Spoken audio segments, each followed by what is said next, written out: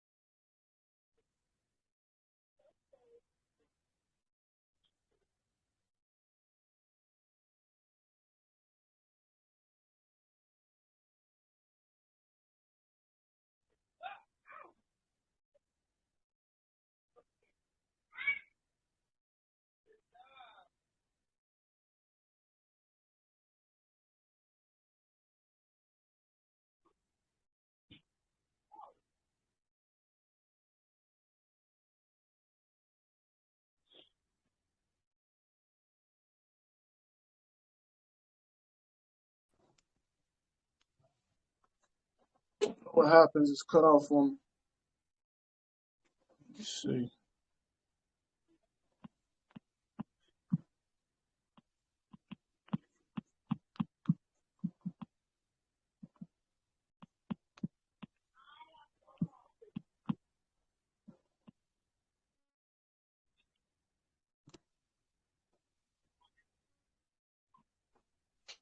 All right. Record. Still recording. All right. Mute your phones. We'll get started.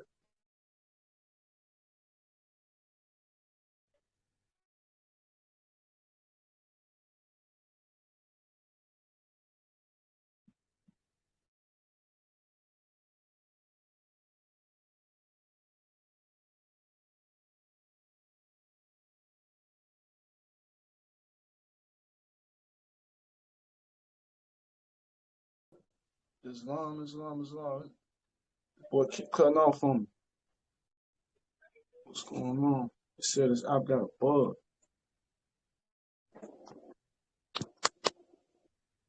Can y'all hear me out there? It's live. Yes, sir. Cut off, about to jump back in. Happy Holy Day. All right, let's get this cracking. Salvation, Allah, unity. The Moorish Science Temple of America, Divine Constitution and Bylaws. Act 1. The Grand Sheik and the Chairman of the Moorish Science Temple of America is empowered to make law and enforce laws with the assistance of the Prophet and Grand Body of the Moorish Science Temple of America. Assistant Grand Sheik is to assist the Grand Sheik in all affairs if he lives according to love, truth, peace, freedom, and justice, and is known before the members of the Moorish Science Temple of America. Act 2. All meetings are to be opened and closed promptly according to the Circle 7 of love, truth, peace, freedom, and justice. Friday is our holy day of rest because on a Friday, the first man was formed in flesh, and on a Friday, the first man departed out of flesh and ascended into his Father God Allah. For that cause, Friday is the holy day for all Muslims all over the world. Danny Murray, make sure your phone muted, Mo. Okay, let's go to Act 3.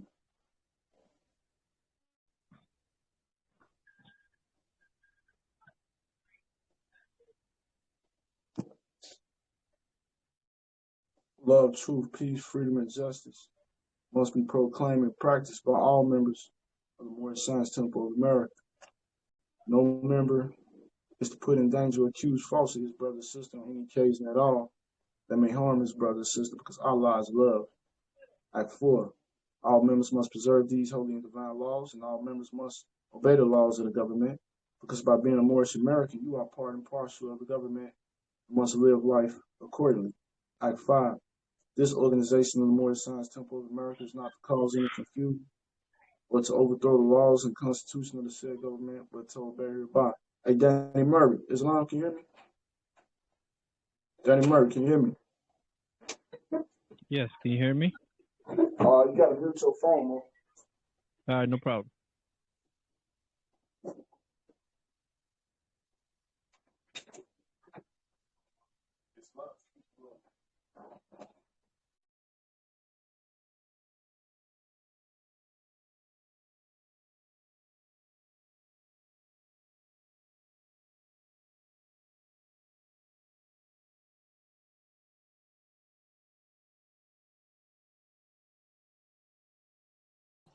Pardon yourself. I had to open the door and then the phone app cut back off. Let's continue. Act 5. This organization of the Moorish Science Temple of America is not to cause any confusion or to overthrow the laws and constitution of the said government, but to obey hereby. Act 6. With us, all members must proclaim their nationality. We are teaching our people their nationality and divine creed, that they may know that they are part and parcel of this said government, and they may know that they are not Negroes, colored folks, black people, or Ethiopians, because these names were given to slaves by slaveholders in 1779 and lasted until 1865 during the time of slavery. But this is a new era in time now, and all men now must proclaim a free national name to be recognized by the government in which they live in the nations of the earth. This is the reason why Allah, the great God of the universe, ordained Abu Ali, the prophet, to redeem his people from their sin.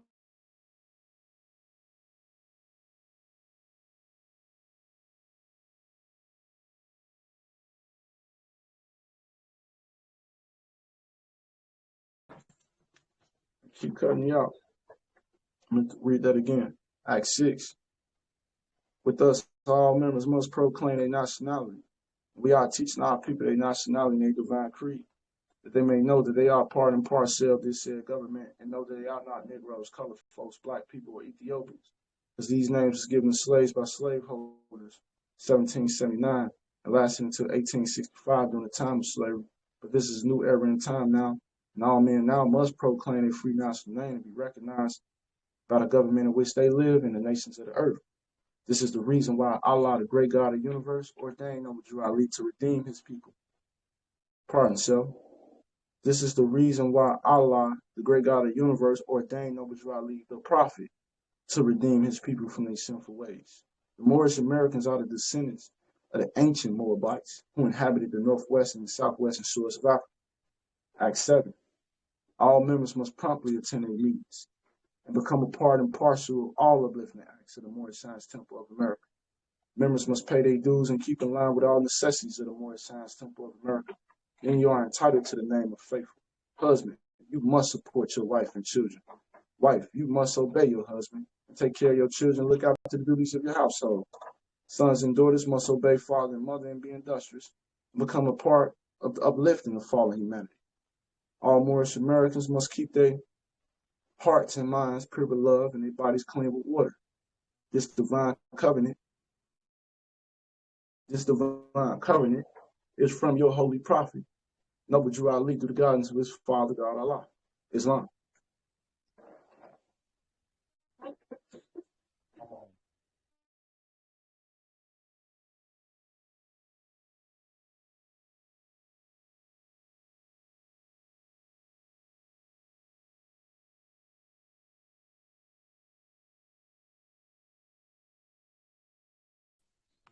And I don't know what's going on with this app today, but it's giving me a hard time. I guess they don't want you to deliver this message in this way. I was thinking about going to Clubhouse too. So I guess that's a sign.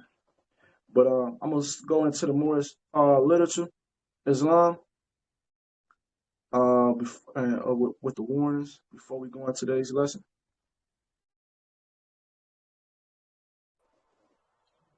Islam ground Sheik. It's not cutting out on my end. You right on point. Okay. Well, it just cut off. The app shut down on me. I have to keep jumping back in, but it's all well. If it's coming in on your end, then that's all well then, Islam. Everybody know the Telegram rules, camera zone, right? All right. Let's go into the Moorish article of our laws.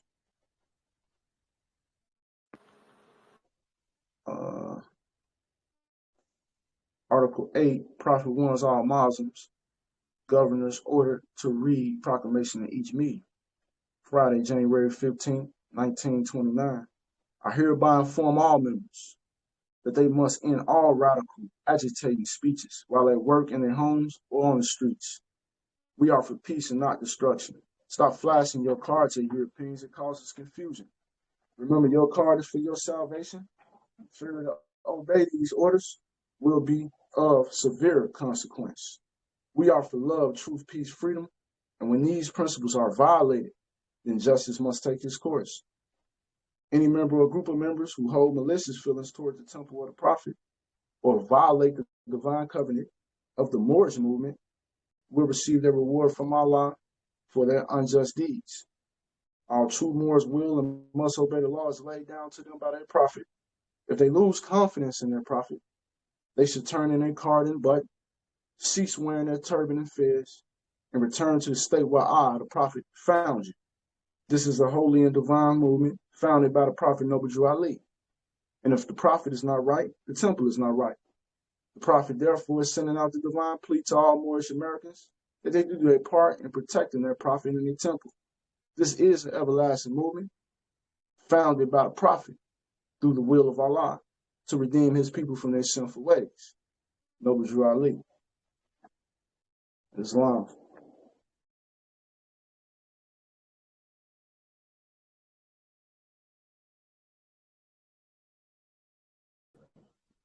Islam. Just keep cutting out on me. I don't know. It let me finish the speech at least, though. Let's read our additional laws, then go into the Moorish American prayer, and we'll go right into the lesson. Questionnaire and additional laws for Moorish Americans by the Prophet, Noble Drew Ali. Act 1, Grand Sheiks and governors and heads of all temples, all businesses. Each said temple must be approved by the Prophet Noble Drew Ali before acting upon any members. Let it be finance, property, or any line of life that will cause the members to sacrifice finance, etc. Any former officer, that will cause the support of any group of members. Any former officer that violates these laws is subject to be removed from his office under a heavy restriction, etc., by the Prophet or the Grand Sheik. Act 2, all members are to attend their 8-up meeting and their public meetings promptly. If a member is found standing around at a meeting period, shall be fined 50 cents on the first case, and on the second, he will be fined $1, which will go on your emergency fund. If a member is working, his monthly dues must be paid. If he has money in the bank, he must subscribe for as much as he is able to the Moorish Uplifting Fund because it takes finance to uplift the nation. That's what I'm saying.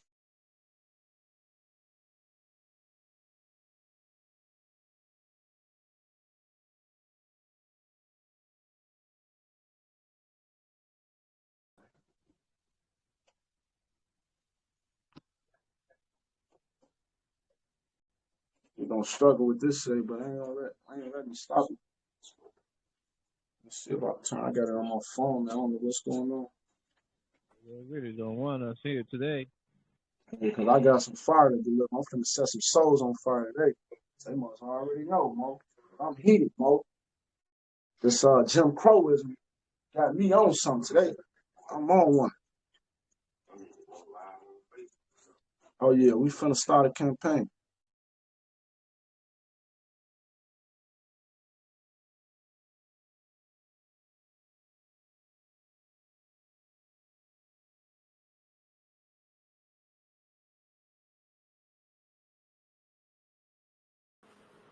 We can't hear you. Grand Sheik, if you there, we can't hear you.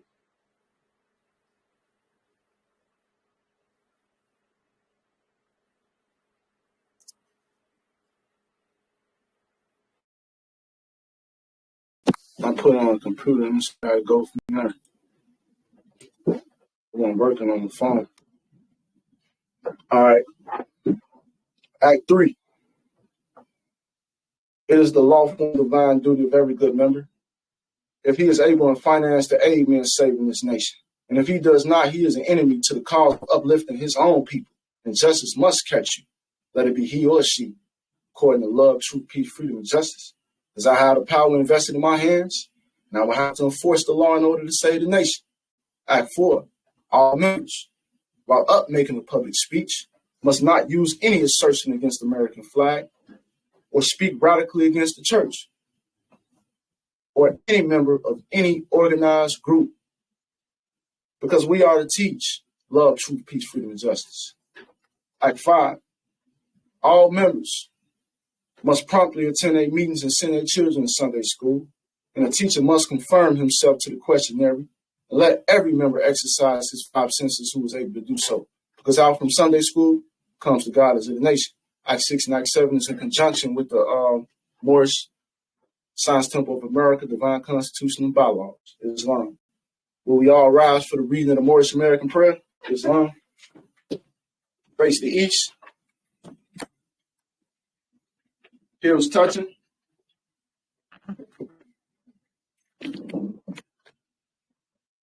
Feet at a 90-degree angle. Spread your wings, angels. Bow to the left, 2 to the right. Repeat after me the Moorish American prayer. Allah, the Father of the universe. Allah, the Father of the universe. The Father, love. Father, love. Truth. Truth. Peace. Peace. Freedom. Freedom. And justice. And justice. Allah is my protector. My God. My God. And my salvation. By night. And by day. Through his holy prophet. True Ali. Amen. You can now be seated, Morris. Salvation, Allah, young you. Happy holy day, Morris.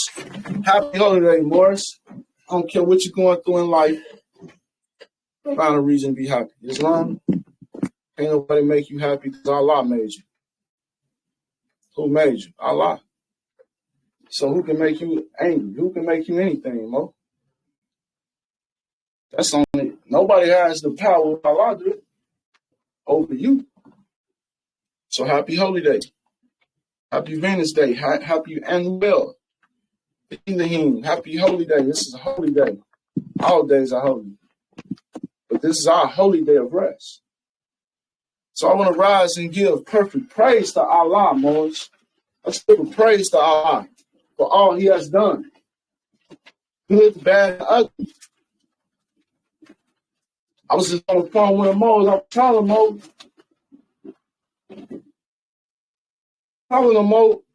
You got to thank Allah for the bad times. Because one for the bad time, you want to appreciate the good ones. Most say, man, why don't you go around getting everybody out of jail since you know how?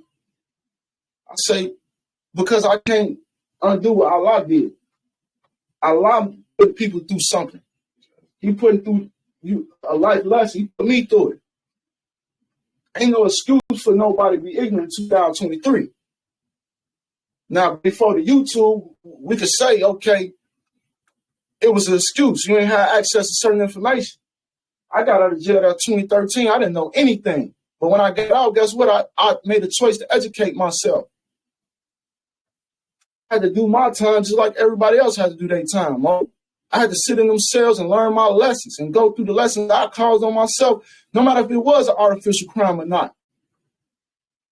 But that's what made me, Mo. Allah made me go through that so he can make me how he want to make me. And everybody has their life lesson they have to go through. So all praises to Allah, most powerful, the incomprehensible, almighty, creator, author, and governor of the world, Mo. Law governs all events. You think it's just coincidental? Ain't nothing but coincidental chance, Mo. Everything was already written in the heavens, Mo. So praise Allah, all honor to his noble and divine prophet, Noble Drew Ali. Noble Drew Ali warns of all these things, Mo, that's coming and going right now. All the things we seeing and we ain't seeing. All the Europeans telling us these truths now. Noble Drew Ali already told us these things was going down. Prophecies there. Hold on, let me pull these prophecies out today. How much do y'all read these prophecies, Mo? Y'all got probably 267 prophecies, the hadiths of Noble Drew Ali. Because he told us a lot more on these prophecies, and they unfolded. They truly unfolded. They manifesting themselves. They come into fruition. All you got to do is just keep your eyes open. He said, keep the radio on, keep the news on, Mo, because I'm going to make the Europeans tell you the truth. All honest for that prophet, our prophet, the only prophet in America, ever stepped foot in America, Mo. The prophet for the Colombians, the Nicaraguans. The prophet said, I come here for all Muslims from Central, South, and North America. That means the Mexicans, Canadians, North Americans, Jamaicans, Haitians. It's all our prophet, Mo. It ain't just my prophet. It ain't for me just to love him. It ain't for me to just study him. It's for all our duty to know the prophecies. Because if you know you got a prophet, somebody can be what we call like a psychic, predict the future. Why wouldn't you want to see what somebody had to say about that and study that, Mo? You think you're a prophet? That's the problem. I hear people calling themselves prophets. You ain't no prophet. There's only one prophet, and his name is Noble Drew Ali. He's the last prophet. Unless you can prove me you got some prophecies, you can show me you save the nations, you ain't no prophet. That's just like people calling themselves God and goddesses. You ain't no God, Mo. It's only one great God. And his name Allah. That's so we have to define these things, Mo. We have to humble ourselves sometimes so we can give praise to a higher power, Mo. All honest to all the true and divine prophets. Buddha, Jesus, Muhammad, Confucius. That's Confucius, brother, right there. My brother said, first you got to get your family in order before you get your nation in order. So all honest to these prophets that prophesize for their land and their times. And we had our prophet come in our land, but our prophet had a forerunner, just like Jesus had a forerunner, John the Baptist. And our John the Baptist is Marcus Garvey. And all honest to that, brother, because he said the only protection for the Negroes have his own government. So all honest to that message. That was philosophies for the African nation that brother brought to improve the Negroes. All honest to that, brother. All honest to the ills and bays with our wills and our ways. All honest to the faithful. The ones who uphold Acts 7. All honest, the highest honest to us. Because it wasn't for the faithful, it wouldn't be no movement, Mo. Wouldn't be no movement without the faithful. See that word, faithful, you hear a lot in relationships. Be faithful. Be this, be that. But what does that mean in the Moorish Science Temple of America? This is like a relationship. The Moorish Science Temple of America is like your woman, Mo. Like your man. You have to be faithful to it. You're not being faithful to Grand Sheik. You being faithful to the movement, to the Prophet Allah. The Prophet Ali. The Prophet Ali who made these laws. Grand Sheik ain't come up with Act 7. Because if I came up with something, I'm going to tell you, it probably been way more harsh. I'm going to keep it real. I probably came up with something a little bit more harsh than that, Mo. I'd have probably put a price in the Constitution. I probably told you, hey, Mo, this, and that. You know what I'm saying? On top of Act 7. But the prophet divinely prepared this, Mo. He didn't put no propaganda to it. What I mean by he put no propaganda? See, all the prophets had their own propaganda. You had Confucius. Confucius started Confucianism. Right? Just like Constantine came and started Constantinism. Right? But our prophet came and gave us Islamism. The true and divine creed of our ancestors, Mo, and you can trace yourself back and see this, Mo. All honest to our Moorish flag, 10,000 years old, all red with the 5-pointed green star. What them 5 points represent? Arm, leg, arm, head. Love, truth, peace, freedom, and justice. Those 5 principles defeat those 5 foes. Where's those 5 foes? You have to defeat that's inside you. Insufficiency of knowledge, instability, inconstancy, weakness, misery. Islam. It's all honest to these 5, our 5, Mo. Extend your 5 and exercise your 5. If you're able to do so. Because there's people out here that can't exercise their 5, so you are privileged, Mo. We are upright. We a special species.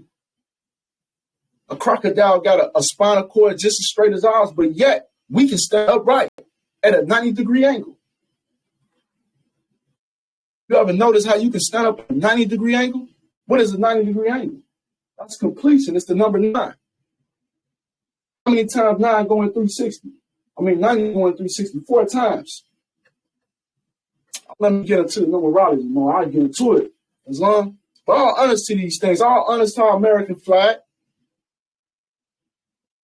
that U.S. banner that we gave to the European to do business in a maritime jurisdiction, all honest to that maritime flag. Honest to that admiralty. Because them Europeans couldn't sell a water without us robbing them. They had to get permission from our Sultan. So we give honest to what we ordained to them, even though it's corrupted. And we in a corrupted state of mind right now. Right? But all honest to these things, more. All honest to our Circle 7. For these secret lessons. Man, these are secret lessons. Do you understand what you got in your hands? You got everything it takes to serve a nation in your hands, Mo. Do you understand what you have? The Holy Quran of the Moorish Science Temple of America, Circle 7, divinely prepared by the Prophet Noble Jew Ali, by the God and his father, God Allah, the great God of the universe, to redeem man from his simple and fallen stage of humanity, back to the highest plane of life. We're trying to reach our highest degree of spirituality. The prophet said you can't reach your highest degree of spirituality being a beggar nation. He said the only way you can uplift this nation is through finance. And I agree. I agree with the prophet. I agree with our illustrious prophet. Let's go into our Moorish literature for our lesson today, Mo. Subject matter is Jim Crowism. Islam? Subject matter is Jim Crowism, Mo. Because I'm on fire today, Mo. I'm flabbergasted. I'm on something, Mo. It's got to be changes, man. We need to start campaigning, Mo. I ain't talking about complaining. I'm talking about getting some real things solved around here, Mo. It's time to get a little bit more aggressive. We in 2023, Mo. The new year started in 18 days, Mo. The resurrection of Christ is on Easter, Mo. We need to get into this. We need to get active, like the Moorish prophet said. He said, I want active Moors, not passive. Let's go into our divine warning for the prophet for the nations. Out your Moorish literature, Article 10, Moors. We're going to go on Article 10. A divine warning about a prophet for the nations. Hey, Mo, you mind handing me one bottle of water out the refrigerator real fast? Thank you. Gratitude. So we're going to go into this divine warning because it has everything to do with the prophecies that the prophet told us was to come. Let us know these things are to come for us. Gratitude, Mo. I'm going to cold like a freezer. Good Lord. Gotta let that warm up.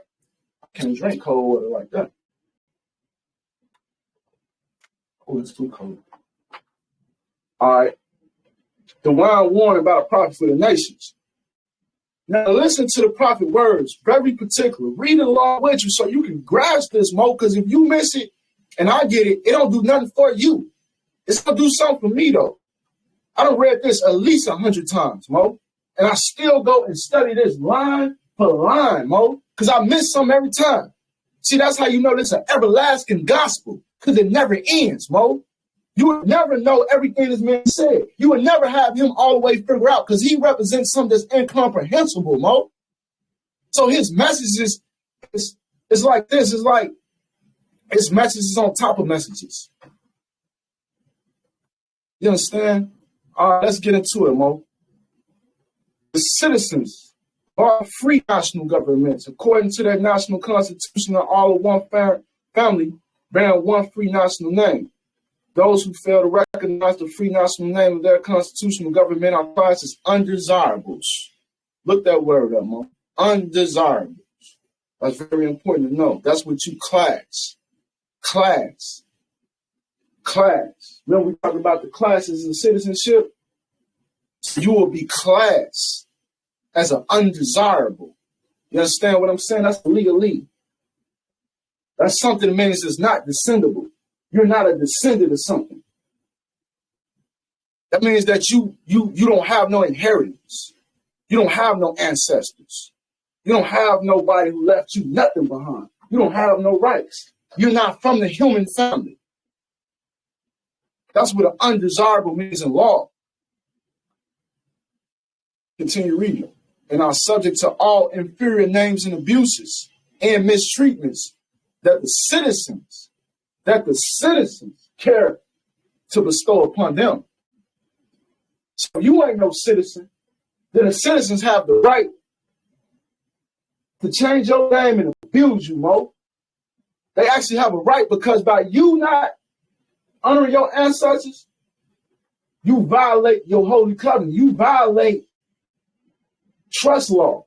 You violate everything that was ever put, the Holy Bible, all the holy books, Mo, because you are sinning. And Allah get a punishment for those people, Mo. That's what the prophet, the Quran that the Prophet Muhammad made said. It said that you got believers and non-believers, Mo. So you got to understand, read that Prophet Muhammad Quran. Talks about the unbelievers, how they hypocrites and how they sound good and talk good. Like our people, good talkers. They great talkers, Mo. Review their actions. Look at their devotions, what they devoted to. What did you devote yourself to? Islam? Continue reading.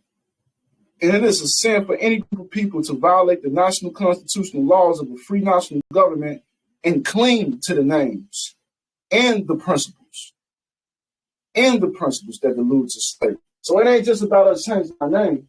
It's about us changing our principles into those 5 principles. See, the prophet talking about status creation on both levels. Your name, how you identify yourself, but how do you carry yourself, Mo? What are the principles you stand for and live by? Because those principles will delude you to slavery, Mo. Slavery. You will be abused, mistreated, and exiled, Mo. That's what he says is going to happen to you, and I believe him. And these prophecies will unfold. He'll make you a believer. Because when it happened, you're going to think about it like, man, the prophet said that. He said this would happen to me.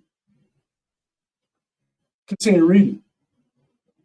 I, the prophet, was prepared by the great God Allah to warn my people to repent from these sinful ways and go back to the state of mind to their forefathers' divine and national principles, that they will be law abiders and receive their divine right as citizens, according to the free national constitution that was prepared for all free national beings. They are to claim their own free national name in religion. They are to claim, there is but one issue for them to be recognized by this government and of the earth, and it comes only through the connection of the Moorish divine national movement, which is incorporated in this government and recognized by all nations of the world.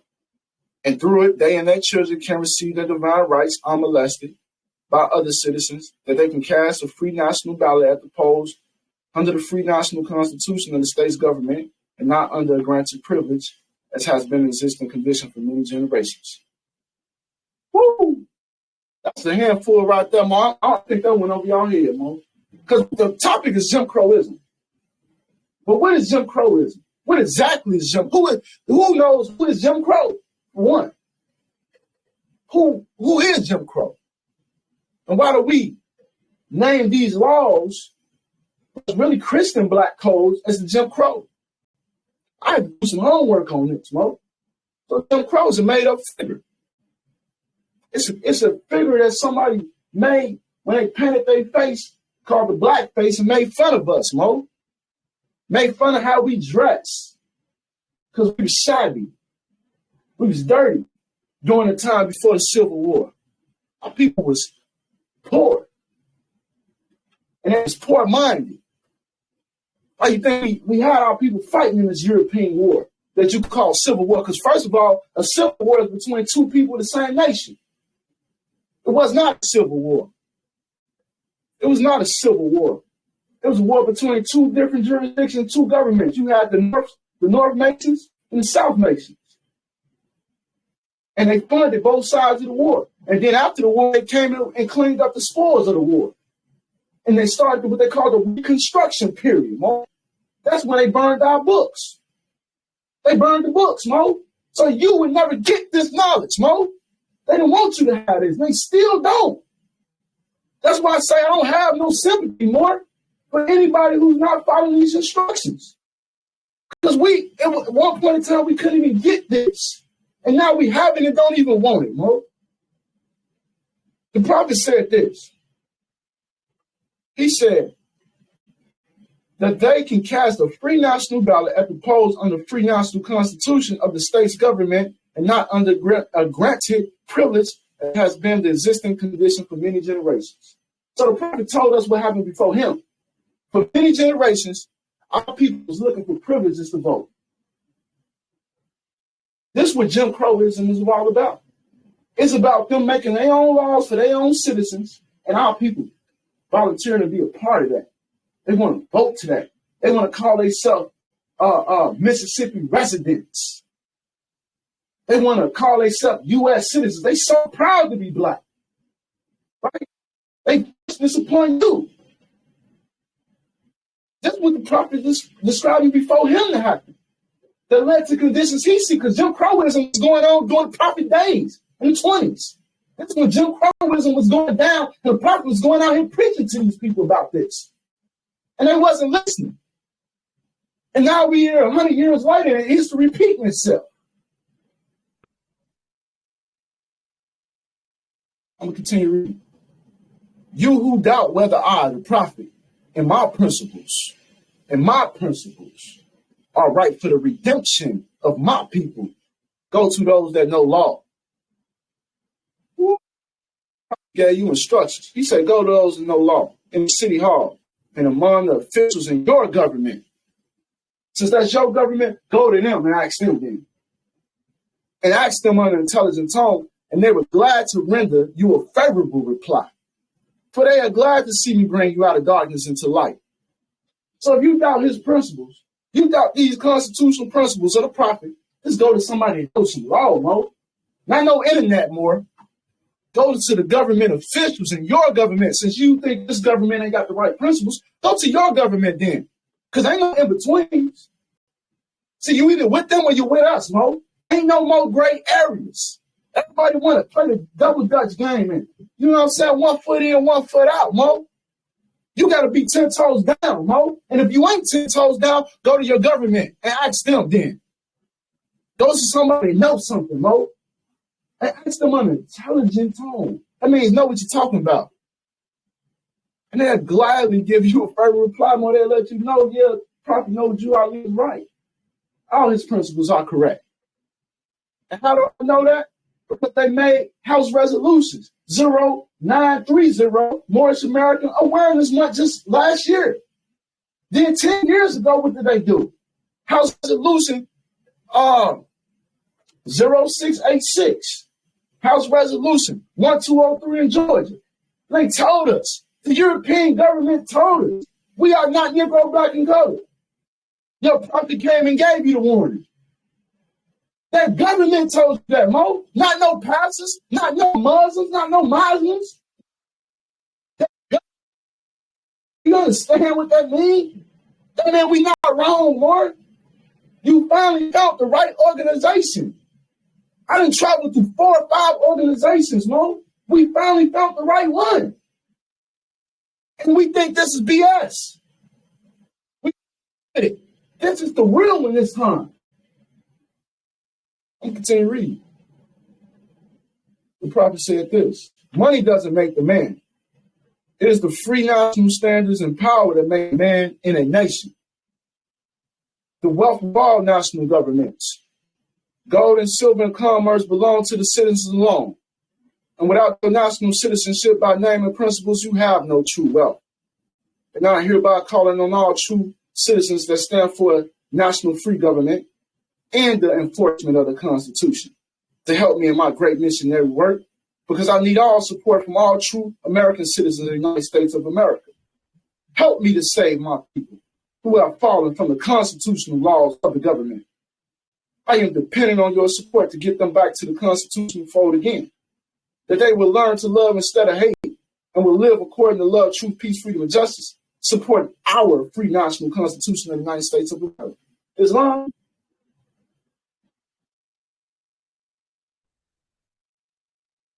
The prophet said, you people are chasing out the Federal Reserve notes. You're not chasing after no true wealth. Silver and gold is the true wealth in commerce, Mo. And that belongs to the ones and citizens. And they got it, Mo. We chasing out the fiat. Every note. You chasing it, Mo.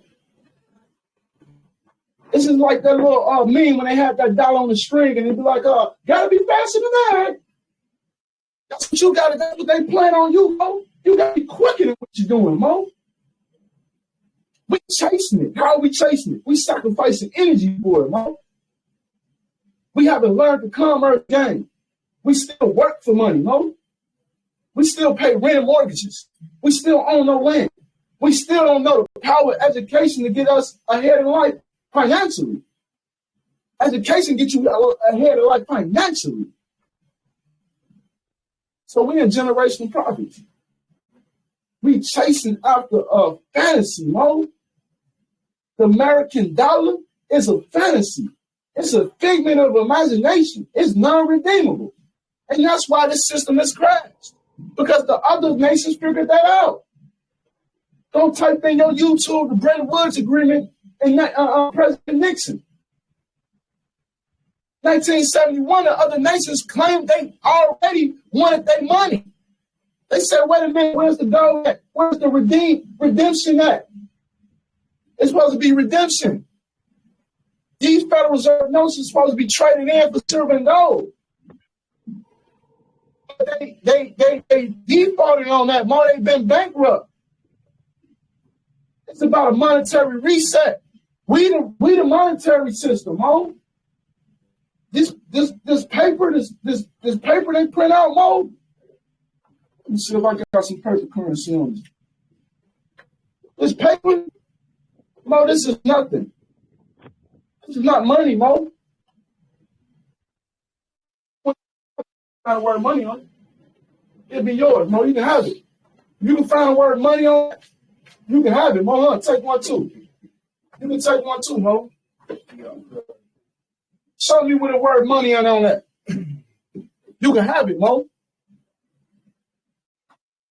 If not, to get my little turn back. It's up.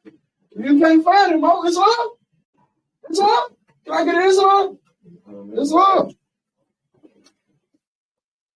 So why are we chasing this? I don't know. Hey, I'm feeling rich today. Why are we chasing this, Mo?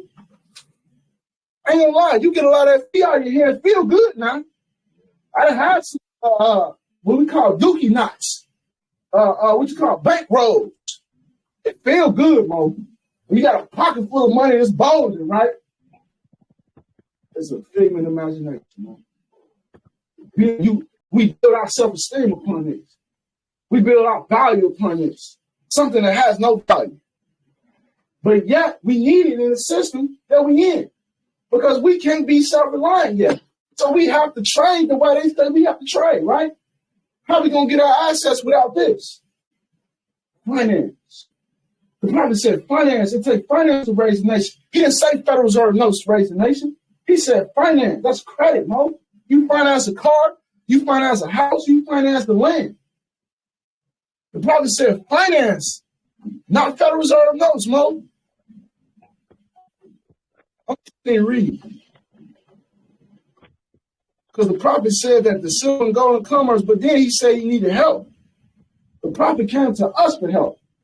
Ain't that something? No, we come to the temple for help. No, you come to the temple to help. Because the prophet needs your help. The temple needs your help. And what do you need our help doing? Enforcing this constitution. Enforcing what constitution? Our constitution. Our constitution. What's our constitution? The divine constitution and bylaws.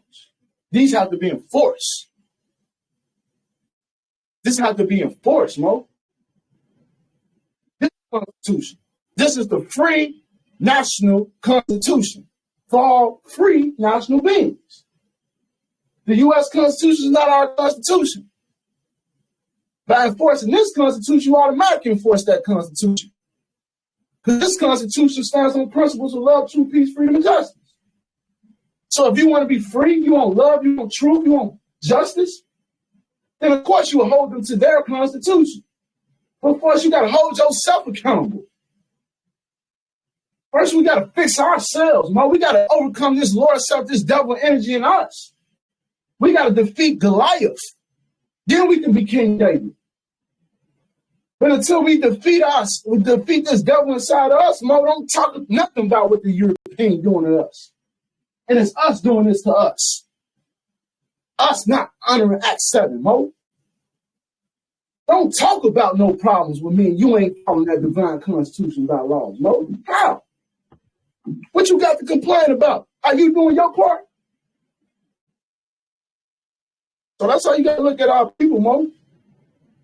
Our people are not in a position, because they're innocent, Mo. They're not. I'm not saying it's their fault neither. I'm not saying they're innocent.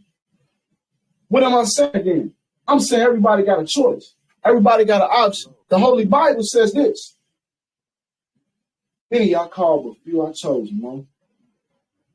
Many y'all called, but few are chosen, Morris.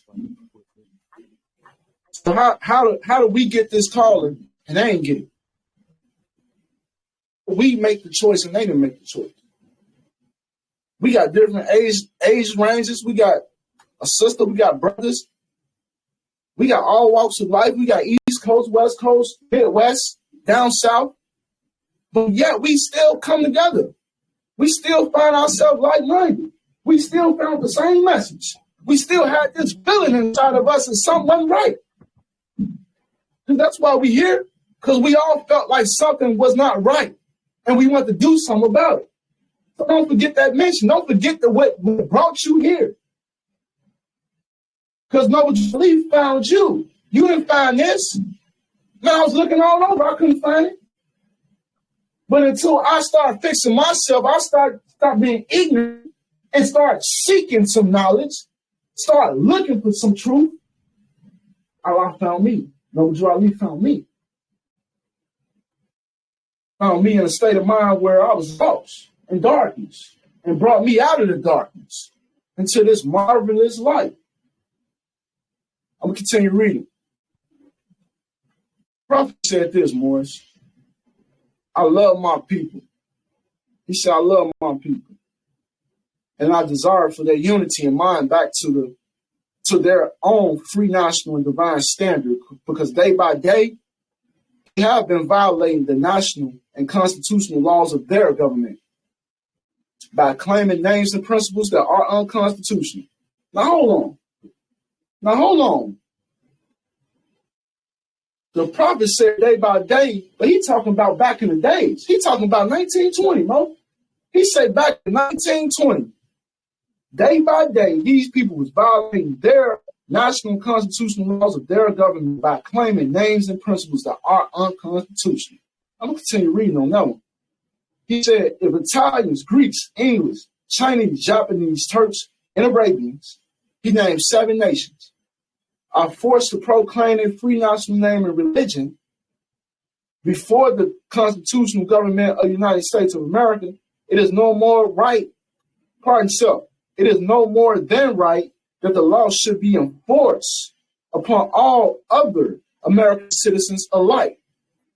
In all other governments, when a man is born and raised there and asks for his national descent name, and if he fails to give it, he is misused, imprisoned, or exiled. Any group of people that fail to answer up to the constitutional standards by law, the constitutional standards of law, by name and principles, because to be a citizen of any government, you must claim your national descent name because they place their trust upon issue and names formed by their forefathers. The prophet said this, the people doing this to themselves, Mo. Pardon yourself. The prophet said people doing this to themselves. He said they claiming names and principles that are unconstitutional. He said the Italians, the Greeks, the English, Chinese, Japanese, Turks, and Arabians. He named every nation outside of America. He named the Middle East. He named Asians and Europeans. But he didn't name the Africans. He didn't name the North Americans, Central America, or South Americans. Because these are people he talk about who are not claiming the names and principles. It's us, not them. They doing what they're supposed to do. They have Turks that's from Turkey. They have Chinese from China. They have Japanese from Japan, English from England. They have Greeks from Greece. You understand the connection you're making? People claim they land. But we got Europeans over here claiming to be Americans and ain't nobody saying nothing. No rebuttal. But naturalized Americans, not national. We have the highest class. So they proclaim their name in religion. They don't come over here and adopt our religion. They don't come over here and adopt the European religion. Why? Because it's for their salvation. They have their own prophets. They honor their prophets. Buddha, Confucius. These nations come from prophets. Muhammad had the Arabians. Chinese and Japanese had Confucius. The Turks had Prophet Muhammad the Conqueror. These people all had prophets. So we had to have a prophet in America. And they claim their name in religion before the constitutional government. Continue reading. The word Negro alludes in the Latin language to the word nigger, the same as the word color alludes to anything that is painted, varnished, or dyed. And every nation must bear a national descent name of their forefathers, because honoring thy fathers and thy mothers, your days will be lengthened upon this earth. These names have never been recognized by any true American citizens of this day. Through your free national name, you are known and recognized by all nations of the earth that are recognized by said national government in which they live. You see how you put that? See, if you don't understand nationality and government, that'll kind of go over your head, Mo. I'm going to say this again. Look, I'm going to break this down. He said, these names have never been recognized by any American citizen, true American citizen of this day. He said, through your free national name, you are known and recognized by all nations of the earth that are recognized by said national government in which they live.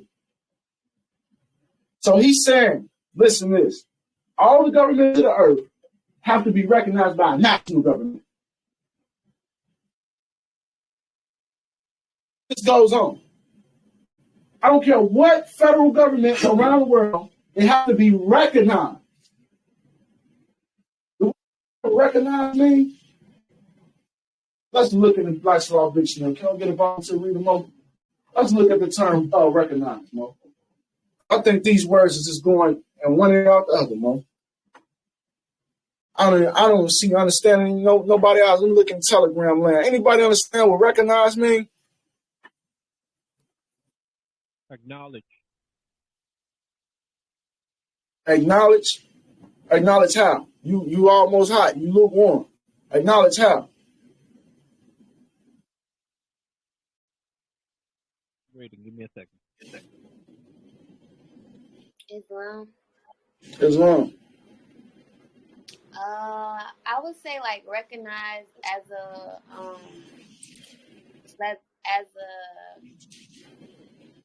I guess you can say like recognize as an actual power, because when I was watching the documentary of Queen Zinga, one of her main missions was she was trying to get the Pope to recognize her as like a hierarchy, like as the queen of New Bungo.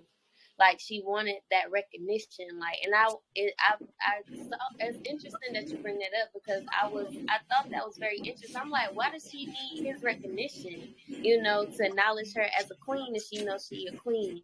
But there's something about the recognition of her as being the queen. So I think it's like an acknowledgement of like a hierarchy or acknowledgement of a sovereign or something like that. Absolutely correct. Islam. Absolutely correct. To be recognized means that you are given the privilege to have a government. Because the national government is the sovereign of the land. So when the Europeans came here, for instance, they have to go to who? The Moroccan Empire to be recognized. I think what Hillary Clinton said. Morocco was the first country to recognize the United States of America, right? Watch this, though. You got the definition? Islam. Islam. Point to it, Mo. Reading from the Black Law Dictionary, 4th edition, recognize, to try, to examine in order to determine the truth of a matter. Also to enter into a recognize.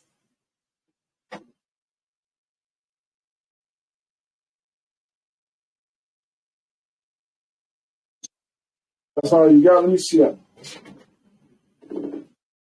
Islam. You got to recognize the continents.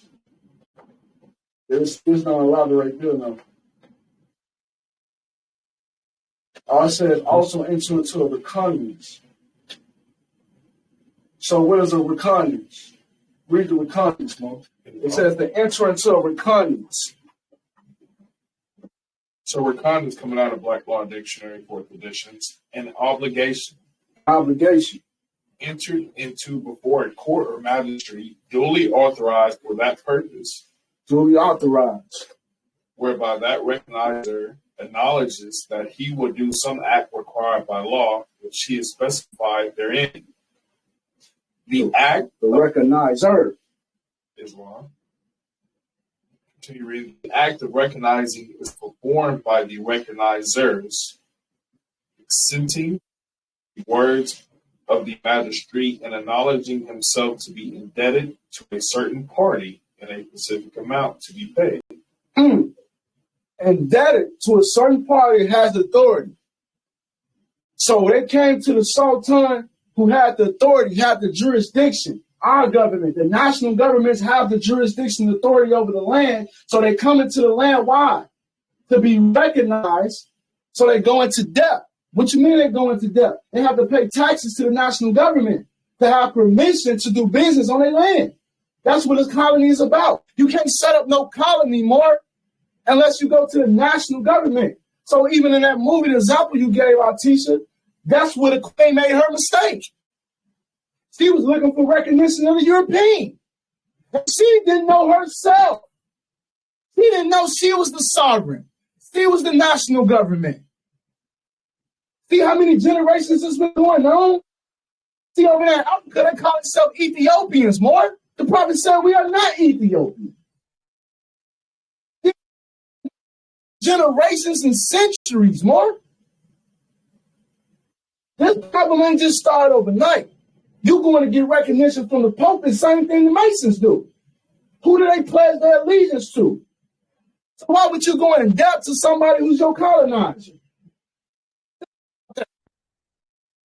The Pope ain't never been good for us, Mo.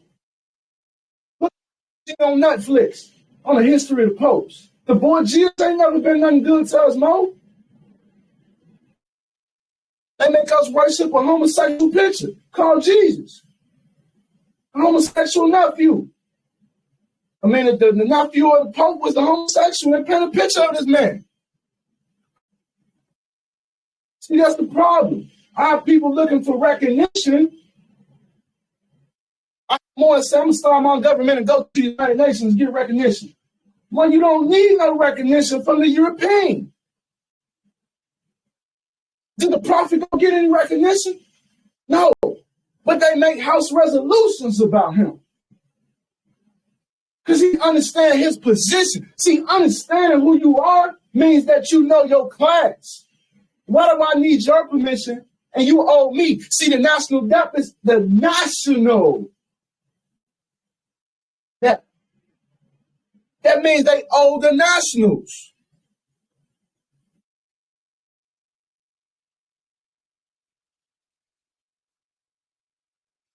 Can you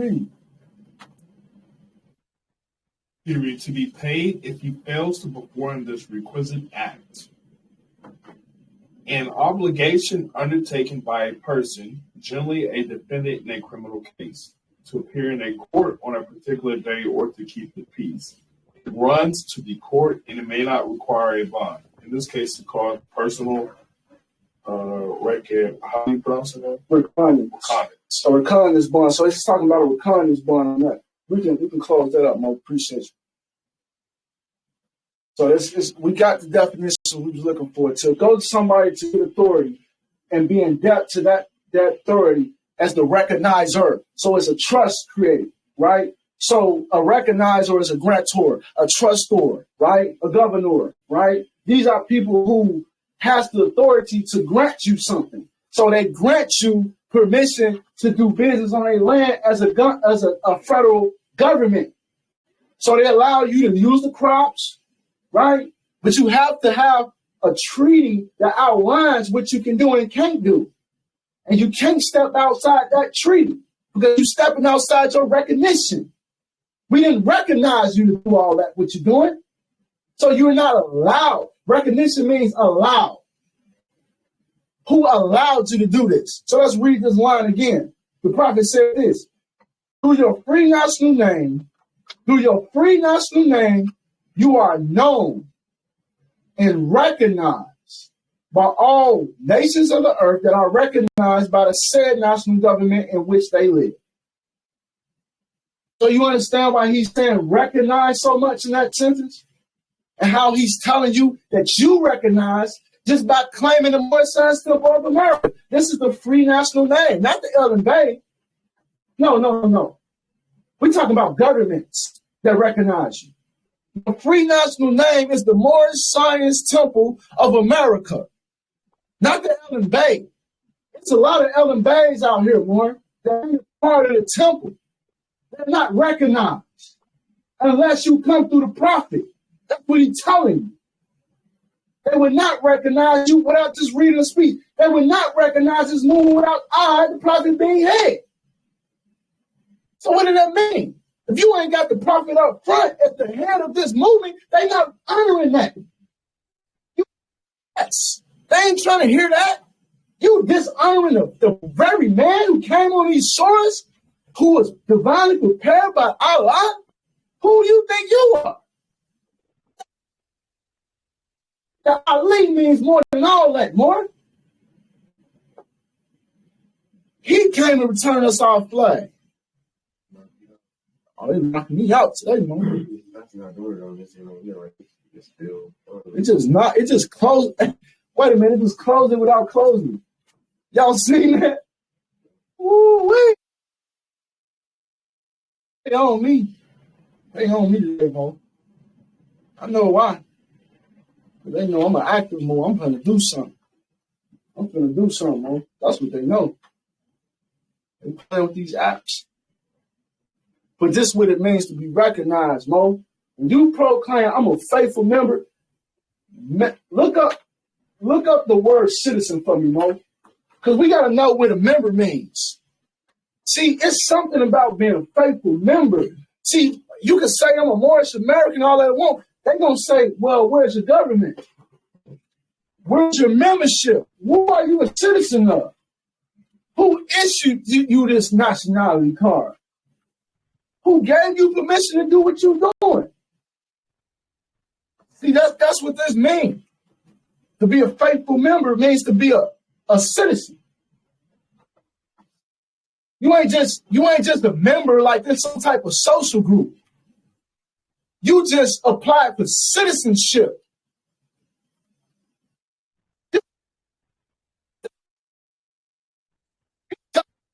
That if you don't recognize this government, the Moorish Science Temple, the free national name, and the principles, then you have no citizenship. And if you have no citizenship, then you will be mistreated by those who do have citizenship because they have a government. He's not talking about just people randomly. He's talking about the citizenship, the government. See, citizenship is a compound word. It's citizen and then it's ship. So it's a vessel. It's a car. It's something, a vehicle that gets you to your sovereignty. It's the vehicle between you and your sovereignty. It's the vehicle to exercise your sovereignty. It's your citizenship. And if you have no citizenship, how can you travel and how can you get to your sovereignty, Morris? That's what he's trying to explain to you, Morris. That's what the prophet was breaking down. Got that definition, Morris? Islam. All right, coming out of Black Law Dictionary, 4th edition, citizenship. The status of being a citizen. There are 4 ways to acquire citizenship. By birth in the United States, by birth in U.S. territories, by birth outside the U.S., to the U.S. parents, and naturalization. C, corporate citizenship, diversity of citizenship, dual citizenship, federal citizenship. So, I'm going to cut you off right there, man. So, citizenship is a status. It's a status. So, when everybody talking about status correction, and I tell them join the temple, and they don't understand what I'm saying. How can you have status correction if you don't have the status of a citizen? Get what I'm saying? Citizenship is the status. Can you read the definition of citizen without the ship? Citizen, coming out of Black Law, 4th Law Dictionary.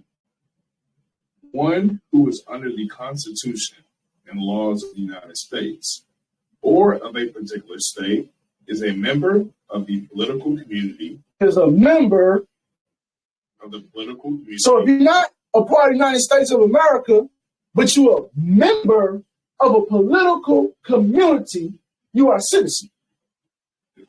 So why do we use the word members in the Morris Science Temple of America? Because we describe it as citizens. This is about citizenship in here. Nationality is about citizenship. It's civil. It has nothing to do with membership. Has nothing to do with a social group. We're not Masons. It's not a secret society. This is a jural society. A jural. Jural. Jural society. Not a secret society. I mean, this is a lawful community. Just like it's described. And we are members of a lawful community, Morris. We're not members of some group club, no boys club around here. It's not the scouts, what you call them? The Boy Scouts. It's not the Boy Scouts, more. It's the real deal. It's not a fraternity. It's not a little weak fraternity, more. It's the real deal. Our brotherhood is silent. Because there's power in silence. You have the right. It's a right. It's a right to remain silent.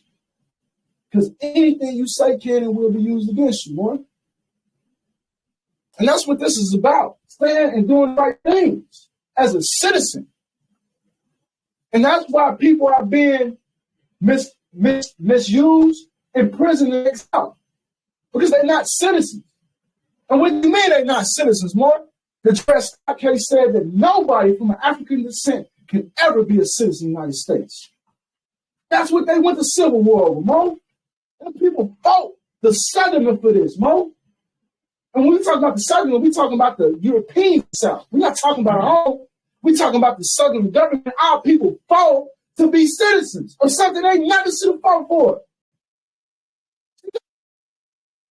Going on. The prophet, that's what the prophet said. This has been going on for generations before him. This doesn't just happen when the prophet came or after he left. This has been going on for many generations that people have not had citizenship in this land. It's never been recognized.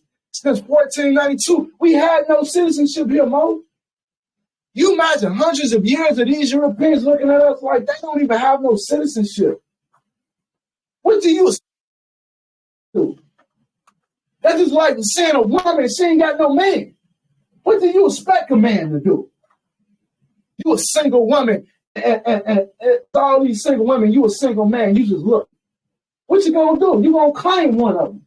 So that's what they did to us. They was looking at us like little single women out here. And they claimed us more as theirs. They claimed to be our parents. They adopted us like adoption, like a little orphan. And they made you an orphan. They made you a ward of the state. That's what you are if you're not in the temple. You are either a ward of the state, or what we call the boys in New Orleans, you're a refugee at law. For citizenship, you're a refugee. Look it up. You are undesirable. You have no civil rights. How can you fight and march like Dr. King was marching for civil rights and he's not a citizen? You see the game they played on us? Citizenship recognition. Us not understanding national standards. National standards. What standards will we have at law? Right? I'm going to continue reading, Morris. The prophet said this. The 14th and the 15th Amendments brought the North and South Union, placing the Southerners, who were at that time without power, with the constitutional body of power. The free national constitutional law that was in force since 1774 declared all men equal and free. And if all men are declared by the free national constitution to be free and equal, since that constitution has never been changed, there is no need for the application of the 14th and 15th Amendments for the salvation of all people and citizens. Handful right there, that little bitty paragraph gave you a whole outline history of the problems of our ancestors. The Civil War. That's what he's talking about, the Civil War. He said the 14th and 15th Amendments, which was brought right after the 13th Amendment, right? So the 13th Amendment was made from Abraham Lincoln. So after that, they made the 14th Amendment and the 15th Amendment. What was the 14th and 15th Amendment? Anybody know? Who knows what the 14th and 15th Amendments are? Telegram land. Who knows what the 14th and 15th Amendments are? I don't want you to hit you read. I want your own words. Do you know what it is? What is the 14th and 15th Amendments? Why the prophet bringing up amendments? That means to mean something, right? That means something was changed. The prophet said the free national constitution was in 1774. What constitution are you talking about, Mo? Talking about in 1774, because the United States Constitution was in 1789, Mo. It wasn't ratified until 1791. What constitution in 1774, Mo? They declared all men equal and free. Declaration of Independence. The Declaration of Independence is the Constitution. That's never been changed. There's no amendments to the Declaration of Independence. It declared all men equal and free. Not just the European, it declared all men equal and free. I'll read that after this. We're going to read that Declaration of Independence. I think we need to read that. Who knows what the 14th and 15th Amendments? Nobody? So I know the 14th Amendment is like all persons born or naturalized in the United States are subject to the United States jurisdiction. Yeah, but what does it mean, Mo? That's what it says. I don't want to know what it says. I want to know what it means. What it means. Islam. Islam? Is it like your due process of law, like you the right that you have your due process of law? That's my own words. I don't know. It's the due process with clause in it, but that's not what the 14th Amendment actually means. That's a good one. Y'all close now, but that's not what it means. What does the 14th Amendment mean? It means citizenship, right? There you Citizenship. go. Citizenship. They created a citizen called the U.S. citizen with the 14th Amendment. There was no such thing as a U.S. citizen before the 14th Amendment, Morris. They did put a due process of law clause in there. But you don't need a process of law clause because you got the 5th Amendment. That's the due process clause. So why would they make 2 due process clauses, Mark? because they made an artificial citizen called the U.S. citizen. So what you read about you being born and naturalized and you under the jurisdiction and protection of the United States means that you're a citizen now. Because if you're protected by that government, that means you're a part of that government. Naturalized. Took you out your status. So the prophet said the 14th, now what's the 15th amendment before I go into the lesson? Who knows what the 15th amendment is? Wait, who knows what the 15th amendment means? Nobody knows. The 15th amendment is the right to vote.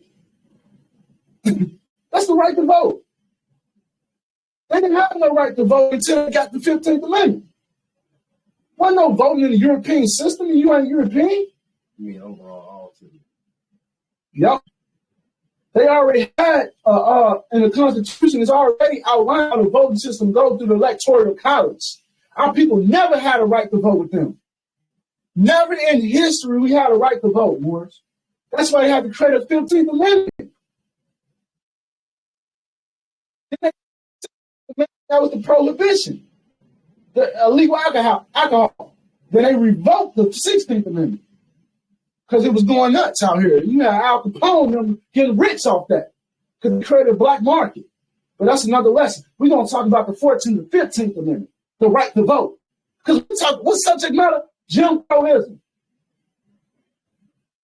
See how people fighting for the right to vote in Mississippi? They never had that right. They're just telling them the truth. You never had a right to vote in our system. This is ours. That's like a European coming in here or a non-faithful member coming in here and think he got a suggestion about how we do things around here. You're not a faithful member. You don't have a voice. Sheik, you haven't even been a member in here. You think you got a vote in here? That's what they've been telling us, man. We don't have no right to citizenship by the 14th Amendment. We had no citizenship. We had no right to vote. Let's look at this one more time. The 14th and 15th Amendments brought the North and South in unity. How did it bring us in unity, more? Because the South had what? They had walked out the Congress, Mo. They had the South, the whole South, had said, after the United States Constitution, we're not going by that no more. We're going to start the Confederate States of America. That's what they said, more. They started another government, Mo. Had they been seceded at that would have been the name of this government. The Confederate States of America would never have been the United States of America to this day, Mo. They had a president, Mo. The Confederate States had Jackson as their president. It was two presidents in America at the same time in North America. You had Abraham Lincoln, the president of the United States of America, and then you had Jackson, I forgot his first name, for the Confederate States of America. So they was separated. That's what the Civil War was, the separation of powers. By the North winning, they made amendments to the Constitution. The amendments they made to the Constitution brought them back in unity with the South. They walked out. It brought them back into the Constitution under their jurisdiction by making them U.S. citizens. They didn't agree to the jurisdiction. It's just like this. If you don't agree to the Constitution, you're not under the Constitution. If you don't consent to it, we can't force you upon this Constitution. You have to consent to this so you can be a member. But you can't be a member if you're not under the Constitution, right? Because that's what citizenship said, right? Under the Constitution. You just read, right? So if you're not under the Constitution, you're not a citizen. So by the South not being under the Constitution no more, they wasn't citizens. Just that simple. And then the prophet said this, with the constitutional body of power. The free national constitutional law that was enforced in 1774 declared all men equal and free. He said there was no need for the application of 14th and 15th Amendments for the salvation of all people and citizens. There's no need for the application. What is application? Who knows what application means? Because some of these words go up your head. This is what I mean by going back and reading this over and over and studying each word that you don't know. Because we didn't even know what recognize mean. We didn't know what the 14th and 15th Amendment mean, right? So we have to study this prophet. These are the prophecies I'm talking about you missing, Lord. These are the prophecies that these people in the world have never heard, but they violated.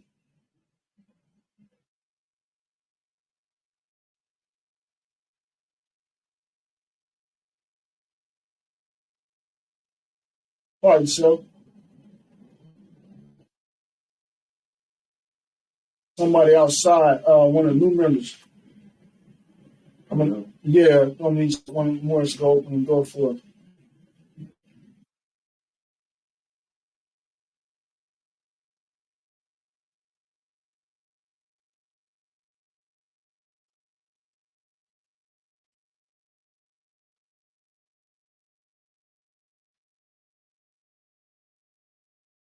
All right, so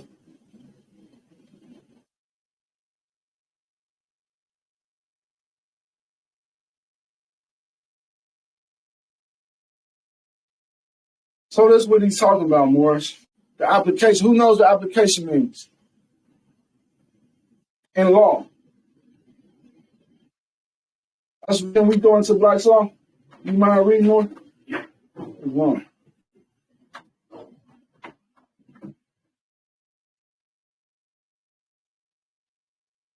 What's good? Somebody came? Oh, no. Downstairs door. Oh, they can't get in. Oh. Yeah, they can't get in.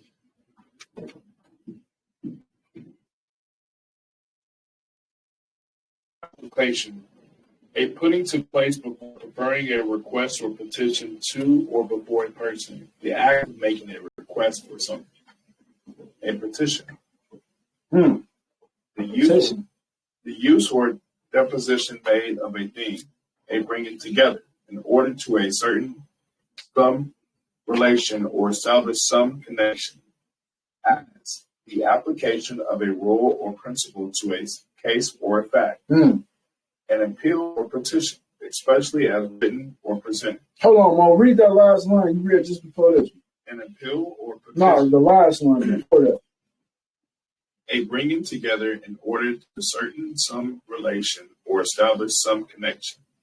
As the application of a rule or principle to a case or fact. Say that one more time, Mo. I'm trying to drive that home with myself. As the application of a rule or principle to a case or fact. An appeal or a petition, especially as written or presented. A putting to, placing before, preferring a request or petition to go or before a person. The act of making a request for something. That's wrong. So it has multiple meanings. So it can be an application, like you fill an application to get some privileges or something, right? To request something, but it also means to apply a rule or a fact. So the prophet said the 14th Amendment, the application of the 14th and 15th Amendment is not needed. So what is he saying? He's saying you don't have to apply this rule, this fact. It's not needed for you to apply that. You don't need that for the due process clause. Yeah, it says due process of law in the 14th Amendment, but the 5th Amendment says that also. So which one you going to apply? Because, see, application goes for the word, like you hear people say, all knowledge must be applied. You ever heard that? All knowledge must be applied. That means you use it, the use of it. So you don't need to use the 14th and 15th Amendment. It's not needed for our people. It's only one thing needed for our people, and that's nationality. That's our own government. We don't need their right to vote. We don't need to go down to their system and vote for their politicians that never do nothing for us in the first place, but we don't even have that right to vote. Our vote never really counted anyway. That's the whole thing Trump exposed. That's why they call it a voting fraud, because the vote never mattered. I'm going to keep it real. Donald Trump exposed these things. How did he expose it? He beat Hillary Clinton. He beat Hillary Clinton, but he lost the vote.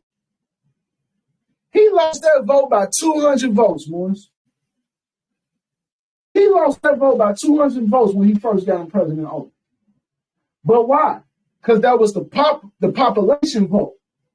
But then he won the electoral college vote. See, that was the difference. The electoral college decides who the president is, according to the Constitution. Let me see that Black's Law Dictionary. Let's look into the electoral college in the Constitution. Find this clause. I'm going to let you read this for me, Mark.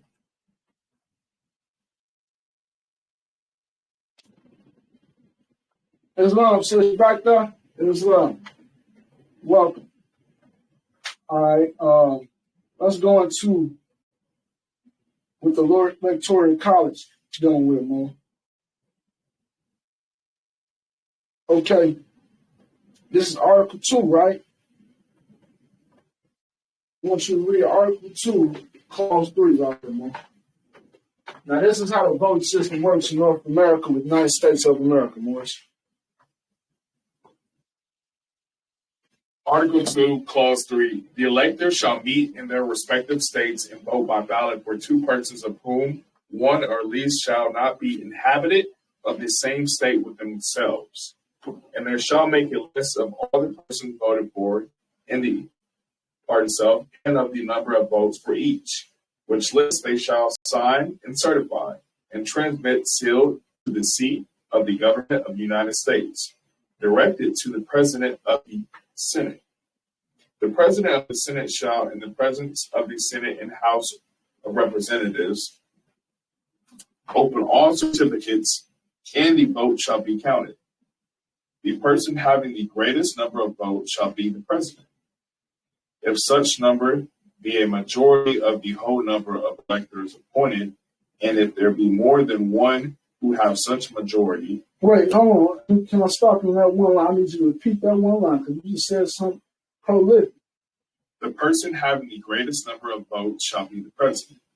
If such number be a majority of the whole number of electors appointed. Wait. The president is decided by the majority vote of the electors appointed. Appointed electors. Not residents going down there to vote. That's not how it works. See what I'm saying? Our people are fighting for something that's unconstitutional, boys. They fighting to vote. You see, voted die by Puff Daddy. But the 14th, the Article 2, Clause 3 says that you got to be appointed to vote. And that's the only vote that decides the president. It's only 500 and I think 30 some electors, and you have to win the greater of that 530. The elector is a duly qualified voter. A duly qualified voter that's appointed. Appointed, not registered. You don't see nobody that says registered voter, huh? So what's a registered voter? Don't exist in the Constitution. So that makes it unconstitutional.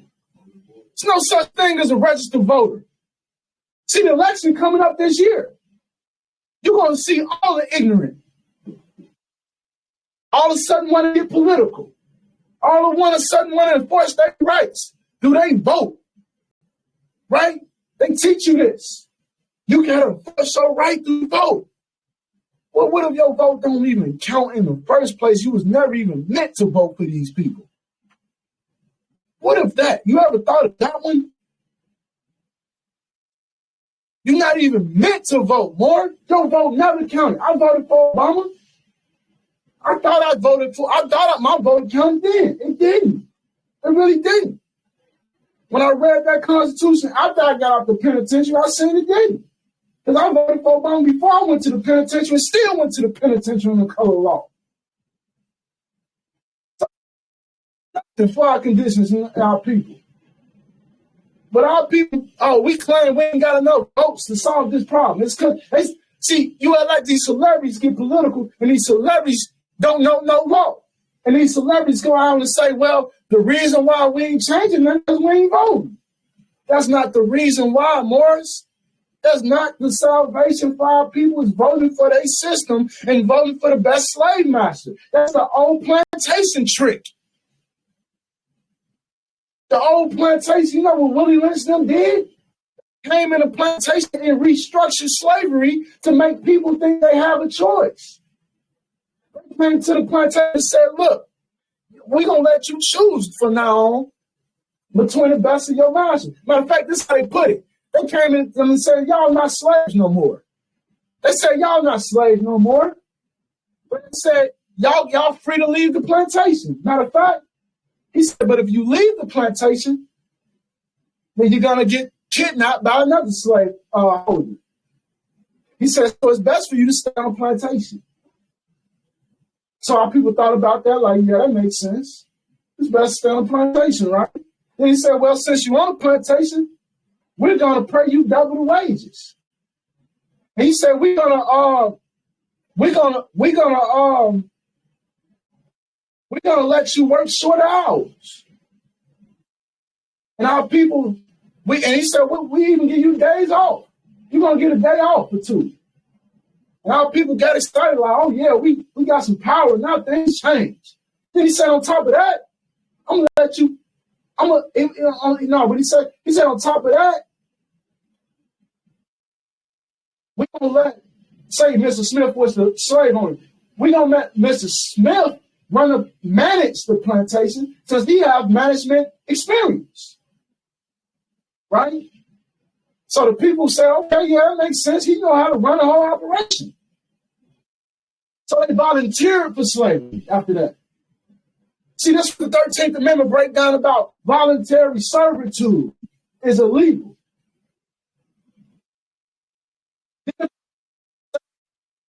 Change. Then what the European do next? He said, okay, you're right.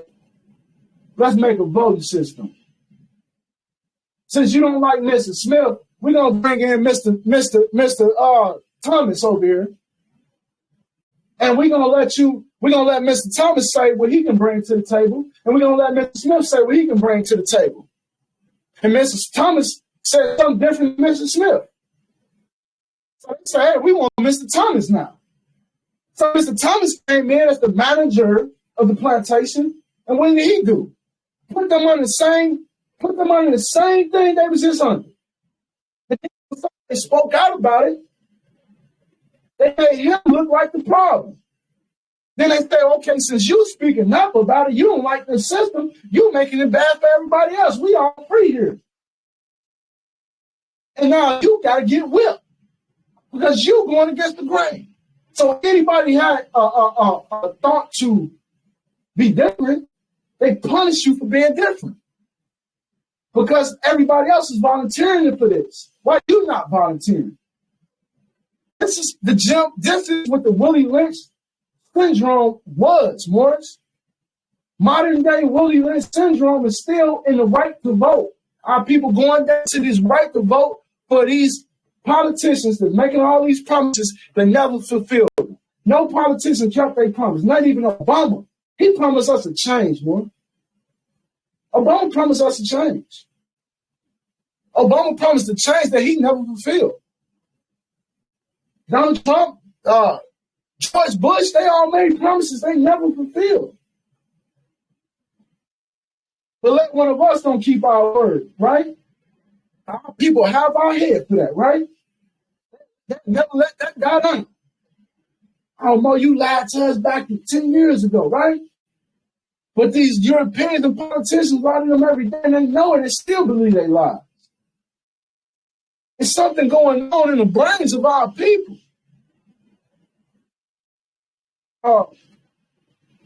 Can you read for me more of the 13th Amendment? So we can understand the 14th and 15th Amendments and what I'm talking about this involuntary servitude, you know. Because we volunteer, ain't taxes volunteer? But taxes is volunteer, right? And ain't they called Internal Revenue Service? So you volunteering for service. That's servitude. Servitude comes from the word service. Servitude, the word servant comes from the word servitude. Ain't no such thing as slaves. That word is not what you think it means. It's called servants and service. There's one. Black Law Dictionary, Amendment 13, Section 1. Neither slavery, nor involuntary servitude, except as punishment for a crime, whereof the party shall have been duly convicted, shall exist within the United States or any place subject to their jurisdiction. That's wrong. Section 2. Hold on, wait. Read that one more time, man. Neither slavery nor involuntary servitude, accepted as punishment for crime, whereof the party shall have been duly convicted. Stop there. Neither slavery or involuntary servitude. So you see how they put it in the same boat? Involuntary servitude is slavery. What is involuntary servitude? That means when you don't volunteer. That means when you kidnap. That means when you don't consent. That's illegal. If I don't consent, you don't have the right to make me a slave or a servant. I didn't consent. See, consent is law because consent is contract. You have to enter into contracts voluntarily. If you don't enter into a contract voluntarily, then you enter it under duress, coercion, or misrepresentation. That's called fraud. This contract law they're breaking down to you now. So if they make an offer and you accept it, that's a contract now because you accepted, you consented. Now they say involuntary servitude is illegal, but there's an exception to the rule. The exception to the rule is you convicted of a crime. And then they made our lifestyle a crime. If you hold a gram of weed, it's a crime. If you speed, it's a crime. If you don't, you jaywalk, it's a crime. You don't have to have an injured party, and it's a crime. See, all crimes are commercial. According to they law, 12 USC 72.11. Commercial. They commercial. What does that mean? They commercial. That means they're not criminal. You know what I'm saying? That means there's a lawsuit against you. So commercial sound like you owe me some money and I'll take you to court. That's commercial. It's business. All crimes is just business. What they call crimes. All real crimes have to have an injured party. A felony has to have an injured party. A high misdemeanor means you have to do something to somebody. That's not a crime. So what they did was, since they made Abraham Lincoln save the people from servitude, they said, okay, we're just going to make everything a crime since that's the exception to the rule. If the exception to the rule, you don't volunteer for servitude, then we just going to make what you do a crime. And if you don't know how to stop that, you don't know how to rebuttal that, then guess what? You are a servant. You are a servant because there's an exception to the rule. So they use that exception on us. That's the 13th Amendment. So that's when they came with the 14th Amendment. Now, the 14th Amendment made us U.S. citizens. And then they made what? They made state laws. They made the United States Code. They made the United States Code. Then they made the Organic Act. So they made a new constitution because they amended the Constitution. See, the thing about the Constitution is like this. It's a contract. And you can't come 100 years later and amend a contract. If this contract Constitution was made in 1789, how can you come in 1860s, 1870 and make an amendment to something that was already made? It was already agreed upon. See, the amendments came before the ratification, Morris. 89, let me give you the timeline history of the Constitution. 1789, the Constitution was made, all 7 articles. But the states didn't ratify because they said they didn't have a Bill of Rights. So they amended it to include 10 Bill of Rights, and then it was signed upon by the 13 colonies. Only 12 signed it. The 13 colonies never signed it. So there was a majority vote, majority rules. So what I'm saying is this is what I'm saying. The founding fathers are the contractors. They're the only ones that have the power to amend their contract that they made. Only thing you can do is take an oath and pledge to that contract. Just like our Constitution. No, but you are leaving this Constitution. Grand Sheik does not have the power to change this. Neither do you. Right? Because only thing we can do is pledge allegiance to this. We can come up under this. We can't change it. This is set in stone. See, this is how government works. So that's why the prophet said, let me read what the prophet said. He said, the free national constitution that was enforced in 1774 declared all men equal and free. And if all men are declared by the free national constitution to be free and equal, since that constitution has never been changed. That constitution has never been changed. So that's an organic constitution, the Declaration of Independence. Can you read one more time, more funny? Can you read Article 6, just the first clause of Article 6, just the first line? So we can understand what the Constitution is. When I say that the Declaration of Independence is the Constitution, what am I saying?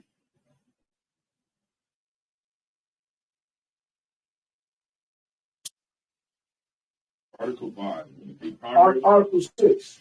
Article 6.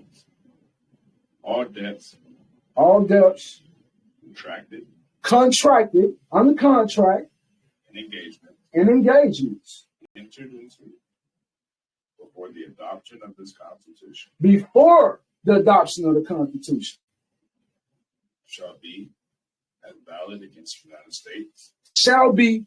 Wait, say that line again, more. That was the powerful line, most powerful one in the whole thing. Shall be as valid against the United States. Shall be. Shall means no option. Shall means mandatory. Shall be as valid against the United States. Shall be as valid against the United States. All contracts and debts entered and engaged into before the adoption of the Constitution. So that means they didn't even write this Constitution. It was adopted by them, Mo. When you adopt a child, do you birth that child? No. Who wrote that Constitution then, Mo? We did. He wrote this Constitution. That's why it can't be changed. That's why we don't honor their amendments, more. You don't believe me? Read the Treaty of Tripoli, Article 11. Treaty of Tripoli said the United States Constitution came from Muslim law. Just like that. Muslim, not Muslim, Muslim law. The Treaty of Tripoli. And Obama read that in Egypt when he went over there to visit Egypt. He said that the United States, he said in front of millions of people, the United States is not founded by Christianity. It was founded on Muslim law. And as he read it right out the treaty. Why would he bring up this treaty? Because he knows what's going on. We don't know what's going on. Continue reading more. Shall be as valid against the United States under this Constitution as the Confederation. As in the Confederation. Because they started at what? The Confederation, right? They started as Confederation, the Articles of the Confederation. Okay, so let's go quick timeline. 1774, Declaration of Independence, right? 1776, American Revolution, European Revolution, right? 1781, Articles of Confederation. That's when we came with the Constitution. I mean, the Continental Congress. Continental Congress was the whole continent formed the Congress. South America, Central America, North America was I keep pronouncing this word wrong. I see it now. Continental Congress. The Continental, that's a tongue twister. Say that 5 times fast. Continental Congress. The Continental Congress was formed, right?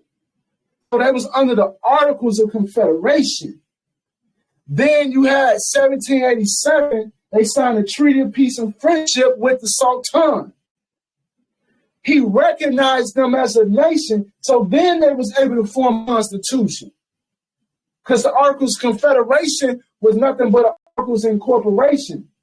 If you understand Articles of Incorporation, that just means the corporation has a charter to do business.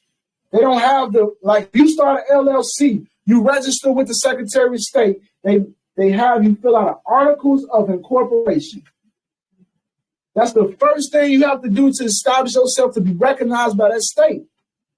So that's what they did to these Europeans. They formed the Articles of Confederation.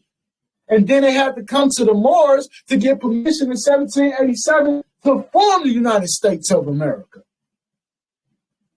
Then once they formed the United States of America, you have to have a constitution to have a functioning government. How you going to know what the duties and rights of the government? So the Constitution was formed to tell them what to do in this. But them not knowing government, because they adopted this Constitution, they was missing a key piece. So it didn't get ratified. So they had to go back to the drawing board for 2 years to figure this out. With the Bill of Rights in 1791, and then it was ratified into law. This is the timeline. And then 1812 came, and it all went to hell. The War of 1812 went down in North America, and they lost to Great Britain. And we helped them because they had overthrew the Constitution when George Washington got in. As soon as George Washington got in, he was assassinated, and he was impersonated by Albert Pike, Morris. Albert Pike assassinated George Washington and impersonated that man to this day. People don't know this, except Masons. Because Albert Pike was the master Mason. He was the founder of the Illuminati. The Illuminati took control in 1791. George Washington was not elected. And even though the Constitution said he's supposed to be elected, he was not elected. He was appointed because he was the general of their army. That's what happened. So we rebelled against that. And we fought with Great Britain against these colonizers. And we defeated them, and we tried to burn down the White House. Look it up, Morris. You think I'm lying? This story, Morris. Then they made the Treaty of Ghent in 1814 that restored everything that the United States had did back to Great Britain. Because you got to understand how it works. If you're a European, that means your mother country is Europe. That means you under the European government. They declared their independence from that government to have allegiance with us. But once you violate the Constitution we gave you, you violate the adoption. You're no longer a member, right? If you're not following the laws, you're not a member.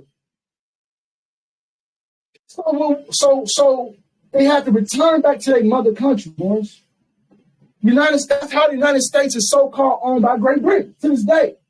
Because the Europeans are Europeans, for one. They're Europeans. So their mother country, they have to pledge allegiance to their mother country or they're refugees out here. So that's why when they declare their independence, they have to form a government and get with us. Because they're out here with no protection. They're out here with no recognition. They had no authority. Even though they fought with guns and fought for their freedom, because they was truly being oppressed. They was being oppressed, more. They was the Negroes. They was oppressed in the 1700s, not us, more. We had the Iroquois Confederation here. We had the Iroquois Confederation. In the 1800s, we had government. Before they started the 45 civilized tribes, we had 5 tribes in our Iroquois government first. And they wasn't Cherokee and these things. So they renamed the Iroquois into the Cherokee Nation and these things. And then you got Sam Houston come in 1836 and become the chief of the Cherokee Indian Nation. Because his mother had slept with a Moor and created a mulatto baby. But he played allegiance to his European mother and followed the directions of his European mother, just like Obama did. Obama's mother is European. He did not follow the ways of the Obamas. The Obamas are What country they come from in Africa? Nobody know.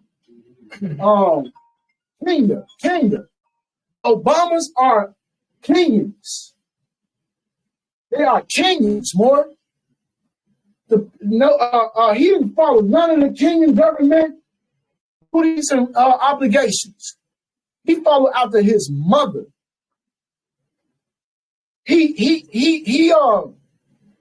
That's why they say he didn't have a birth certificate. He followed after his mother, Morris. And his mother is cousin to George Bush. So that makes him George Bush's cousin. So that's the same thing Sam Houston did. He went to his cousins, his European side. He honored that side and violated his Moorish side. And signed over treaties and said, well, we're going to make Texas a part of the United States. See, the Mexican-American War is something you got to study, man. You got to study that Mexican-American War to know what's going down out here, man. You got to study wars and treaties. Because they lie to you. It's like somebody, like when I was younger, we used to lie about fights. We'd get in a fist fight and everybody claimed they won. No, I won. No, man, I won. We'll argue, fight over the previous fight about who won. You get with your guys, man, he stoned you, bro. He caught you in your jaw real good. No, bro, you see what I gave back? That's what the same thing they doing. They have a war, and then they create the narrative of the story, how it went down, how it ended, and who won. They told you they won a war, but they lost these wars. United States have never won a war. They have lost every war they've been in. And to this day, did we retreat from the Vietnam War? Y'all know any about history about the wars? We retreated out of Vietnam War. We was catching AIDS over there. Some people over there, them Vietnamese, oh man, they was smart. They knew they couldn't beat us. They couldn't beat us by technology and the gunplay, so they put a chemical warfare on us. They gave all them brothers their sisters, and their sisters had HIV. Then they gave all them brothers, because they did it to the brothers, because the brothers was the best fighters. And then they gave all the brothers free weed over there, and it had opium on it. It was opioids. So everybody came back with HIV, and they came back addicted to heroin. And that's when the heroin epidemic took off out here. Right after the Vietnam War. Look, y'all seen the movie, what's my favorite movie, with Chris Tucker? No, the one where he went to war. Man, what's that movie, boy? It's a classic. They had Chris Tucker in there. They had, my boy, who played in, I can't think of no names, boy. But this movie, I can't think of the name of it. I'm trying to look that movie up because y'all don't know what I'm talking about when I say the movie. Dead Presidents. There we go. Dead Presidents, more. Go watch that movie and understand what happened to us. Chris Tucker came back a junkie. Y'all remember? Yeah. And then he told Lorenz Tate, that's the other brother. He told Lorenz Tate to say, man, everybody came back messed up. He said, he was talking about their buddies. He said, what's calling them got AIDS? And I came back with this needle addiction. How do you think this happened?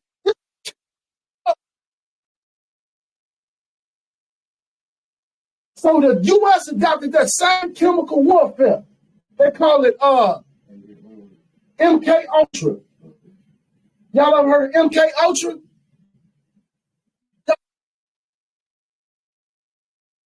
MK Ultra is a chemical warfare. It's not just about our mental. It's about them using chemicals to control our mental. So all diseases are government weapons, more. AIDS is a government weapon. Cancer is a government weapon. It's the military weapon used against us. Crack was a military weapon used against us. It's funny you say that because my father went through this cancer thing and whatnot. Mm-hmm. And at the VA, they classified his cancer under, or they just said Agent Orange. And that was something they did to kill all of, they said kill all the vegetation over there. The Vietnamese were so small, they would hide up on little small places and whatnot. So they claimed they killed all the vegetation to be able to see them. Right. They were affected by the Agent Orange. So they even admitted that they invented that. Wow. That's a lawsuit. You know, I just thought about we can sue for that, huh? We can sue for that. Because he probably caught it in the military. He caught it in the military. And we can prove that. You know why we can prove that? Because they've done it before. They gave us syphilis in the military. Y'all ever seen that movie about the Tuskegee Airmen? For 50 years. For 50 years, man. 50 long years they ran an experiment on them brothers. Telling them it was a flu vaccination. That's what they told them. They had a brand new flu vaccination and they wanted them to try it out, man. And they knew it was not a vaccination at all. It was a disease called syphilis that they invented. And they wanted to see how it affected the black community. So not only did they give it to them, they had a cure called let's start with a P. Penicillin. And they withheld the penicillin from them and let them die so they could see how it always played out, more. 50 years they did to the military. Because what is military?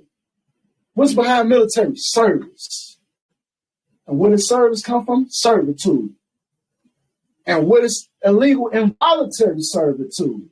But voluntary service is legal. Slavery is still legal if you volunteer for it. You volunteer to fight for something that you're not even a citizen of. Why do you think we had opposites about the war? Most people protested against the war. Muhammad Ali went to jail for 3 years because he protested against the war.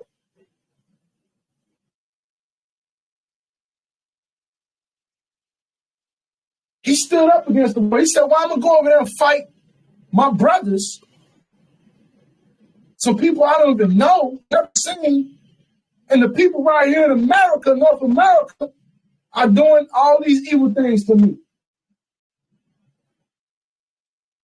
So you have to understand the weaponizing of chemical warfare. Even the weed. You think they ain't figured out how to tap into that on us? They have. Boy, look at how addicted we is. I can admit, more, I have been addicted to weed, more. I'm addicted. I'm not talking about liked it. I'm talking about a clear addiction. I'm talking about strong as a crack addiction. I ain't talking about no week. I'm talking about I want to have it after lunch, after dinner, when I wake up, before I go to sleep, when I'm feeling bad, when I'm feeling good. I'm talking about a real addiction. Well, I've been smoking weed since 1996. It wasn't addictive back then, Mo. It wasn't. And I used to smoke every day. And I quit at will. Man, this last quit, man, it took the will of Allah to redeem myself, Morris. It took every strength I had, Mo. I ain't never been so strong on myself. You think they ain't got nothing for us through the alcohol and all these type of things? Food? What's the best way to kill a king? You poison. Kings and queens, they trying to poison us, Mo. Because they can't beat us physically like the Vietnamese recognize. We can't beat them physically. So we're going to get them AIDS and cancer. We're going to give them syphilis and every disease. We're going to destroy their warrior spirit. We're going to feminize the men, emasculate the women. We're going to kill a whole nation. So that way, when it's time to fight, they can't fight.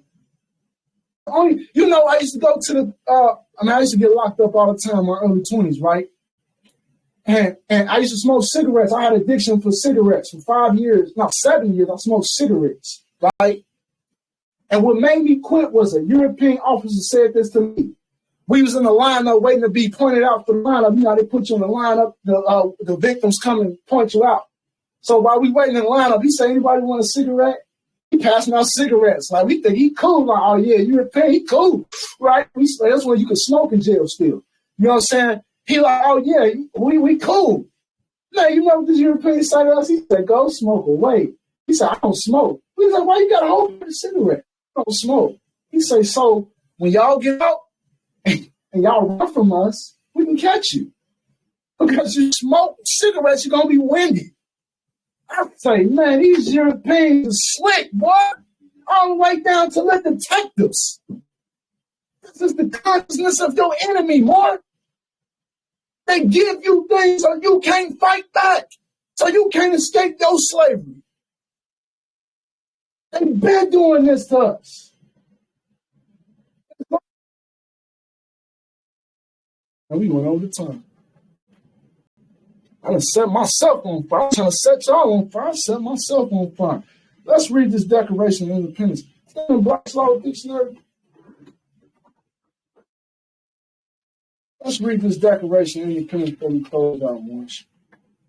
Let's see if this is Black's Law. They got the Constitution back here. No, it's not in there. Here's my Constitution book. The Constitution book, that's the Declaration of Independence.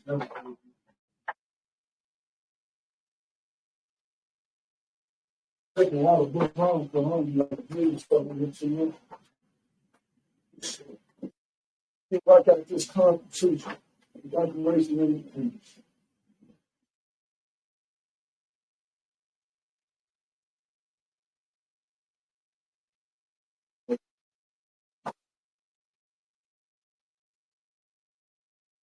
We got it.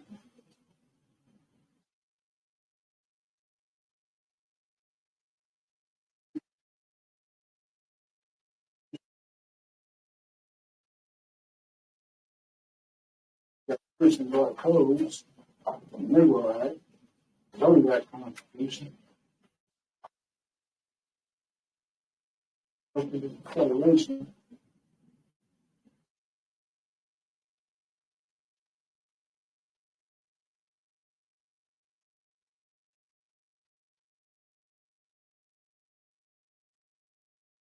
Why does it read off my phone? You gotta read this. You gotta read that Constitution and declare all men free and equal. I'm just read it on my phone.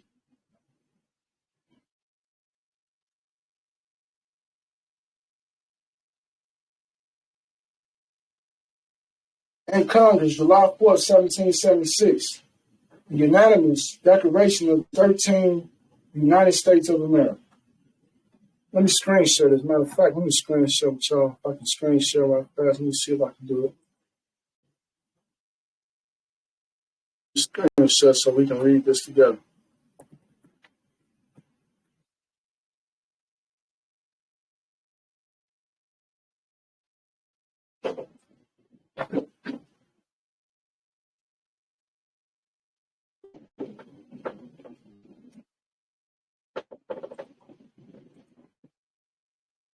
Okay.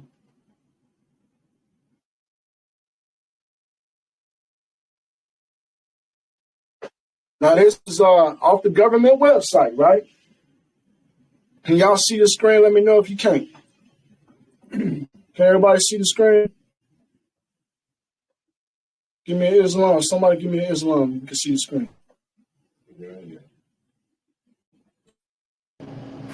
Islam. Islam. All right. Now I want y'all to pay particular attention to the way the United States is spelled. It's spelled with a lowercase u. It's spelled with a lowercase u. Okay? You don't see United States spelled in lowercase u no more.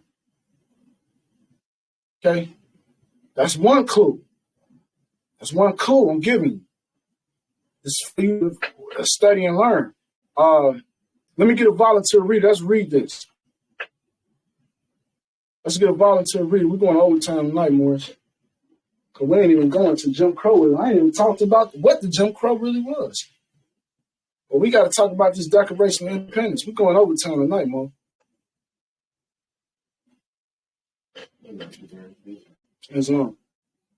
Let's get somebody at Telegram land. Y'all, because I know I ain't gave y'all no attention to Telegram land. Hold on, Mo.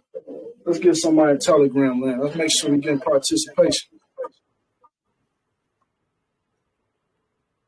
We got a Telegram land. Islam Atisha Bay. Islam.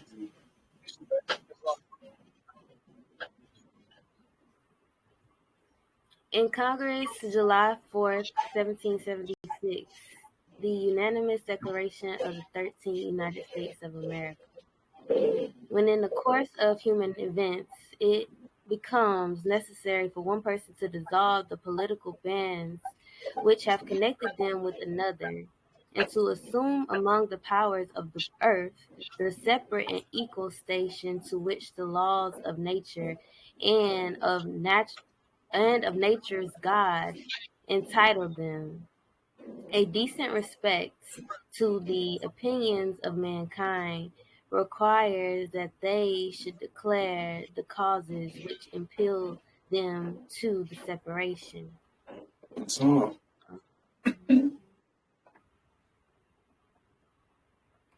Continue reading to the end of that paragraph right there. Okay.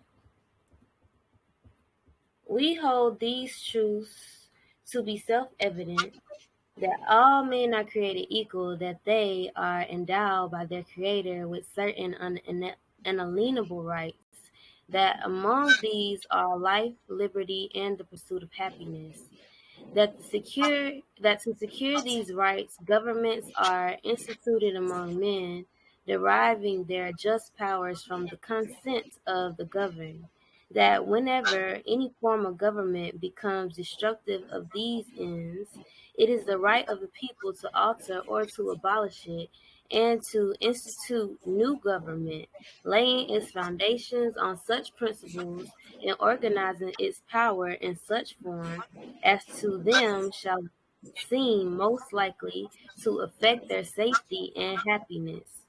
Prudence, indeed, will dictate that governments long established should not be changed for light or transient causes, and accordingly all experience hath shown that mankind are more disposed to suffer while evils are sufferable than to right themselves by abolishing the forms to which they are accustomed. Woo. But when a long train of abuses and usurpations pursuing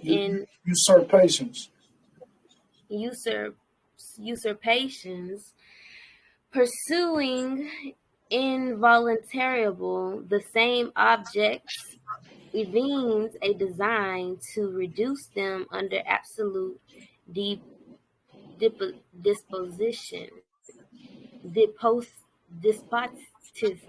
despotism. It is their right, it is their duty to throw off such government and to provide new guards of their future security. Such has been the patient sufferance of these colonies, and such is now the necessity which constrains them to alter their former systems of government. The history of the present King of Great Britain is a history of repeated injuries and usurpations, all having in direct object the establishment of an absolute tyranny over these states. To prove this, let facts be submitted to a candid world. He has refused. You stop there. This declaration go on and on. We already passed time. And we really just want to get the gist of this. And in these first two paragraphs, it really breaks down. Somebody do? Oh. In these first two paragraphs, it really breaks it down. First of all, it says this is a unanimous declaration. That means they all agreed upon this. Of the 13 United States of America. See how that's written? The 13 United States of America. Not the United States of America. That means that these 13 colonies were not the uppercase United States of America. The new government you see today was formed in 1871. That was not the original plan. See, United States of America means South America, North America, and Central America. Those are the United States. See, what you call a state is a country. It's a country. And country is a government. It's not the land. So you have 50 governments in the United States of America. You got Cuba, Colombia, all the way up here. You got governments. So those was the Continental Congress. The United States of America with the lowercase u. Now you got the uppercase u. Okay, what is that recognized in grammar? You know what that means in grammar? When you capitalize a word, what does that mean? Say that again, sis.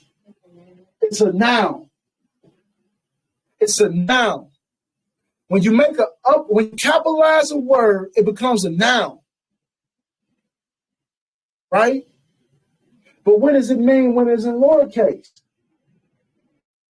No.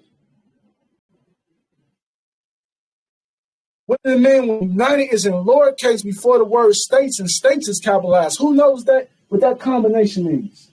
What is united playing in that role of grammar? Not a verb, close though. Adjective. It's an adjective, Morris. An adjective. Actually, you have to know grammar to catch this, Morris. I didn't know grammar all the time. This is something I learned. We have to learn how to read. It's no insult to us, but this is the tricks they play on us. By us not knowing grammar, they can throw that trick on us. Nobody knew it was a lowercase u in the United, right? So you got to recognize this. Okay, united is an adjective, it's not a noun. So it's not talking about an entity, because an entity would be a noun. United States of America, all caps, is a noun. That's a noun. You capitalize your name, a noun. But if you put the word black in front of your name, is black a noun? Black is not a noun, is it? It's an adjective. What is an adjective? Describes a noun, right? The adjective describes what type of noun we're talking about. So the noun in this sentence is states in America. The adjective is unite, describing what type of states. I hope this lesson ain't going over no heads, Mo. Because this is important now. If you don't know the difference, you're going to get caught in something you don't want to be in. You're going to be in an artificial jurisdiction, not understand what the United States of America is and why we say we're a part of the United States of America. Because you think we're talking about the uppercase United States of America. When the prophet said, enforce the Constitution for the United States of America. What is he talking about? The lowercase u. He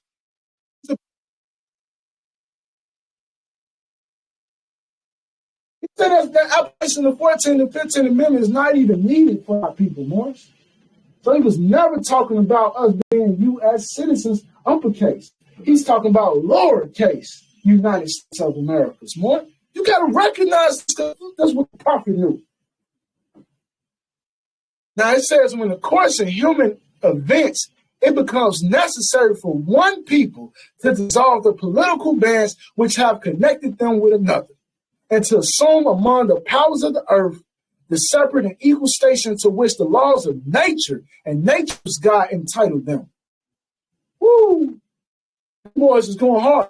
Do you know this was their death warrant? When everybody that signed this, they put money on their head. This was their death warrant. Just declaring yourself independent and free meant death to these people, Morris. Death. These people said, listen, it's necessary for them to do this. Why they say it's necessary? Let's go into the second paragraph. It says, let me highlight this for you. Why is this necessary? It said it right here why it's necessary. It says, as such is now the necessity which constrains them to alter their former systems of government. The history of the present king of Great Britain is a history of repeated injuries and usurpations. A history of injuries. So there was injured parties. They had damages. They was victims to the king. Who knows what usurpations mean? Who got a Black's Law Dictionary? I don't want Mo to read. He done read the whole dictionary for us. Mo, you want to take over for him, read one for him?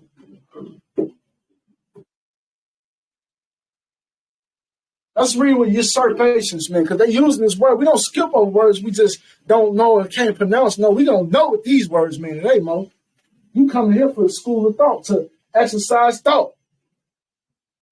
Thought must be developed by the exercise of strength.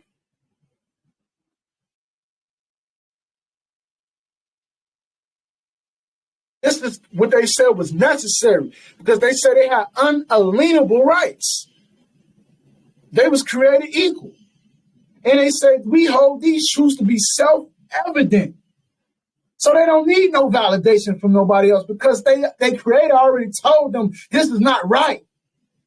They didn't need no campaign. It wasn't no Morris going around telling them it wasn't right. It wasn't no Drew Ali on the scene like we got, telling people it ain't right. No, they just knew it inside them by the laws of nature, by their God, their natural God. From within, it's self-evident when you know something ain't right. When you know you're being oppressed and injured and damaged. The unlawful encroachment or assumption of the use of property, power, or authority which belongs to another. Say it one more time, Mo. The unlawful. And what else? The unlawful encroachment or assumption of the use of property, power, or authority which belongs to another. The unlawful use of power or authority or property that belongs to somebody else. Continue. An interruption or the disturbing a man in his right and possession. Unlawful seizure or assumption of a sovereign power. The unlawful seizure of sovereign power. This is usurpation. Go ahead, continue. The assumption of government. The assumption of government. Or supreme power by force or illegally. By force or illegally. This is what usurpation means. So they was doing it back then. They still doing it now, ain't they? We call it de facto. What de facto means? It means that they unlawfully are operating as a government. They are unlawfully using the property. They're unlawfully using the authority that they do not possess. Usurpations. They are usurping the power. They are assuming power. When are we going to assume some power? When are you going to assume the power of the earth? Just like these Europeans did. They assumed, you see how they put it right here in the beginning. They said they assumed it. I'm not making it up. They say it's to assume the powers of the earth.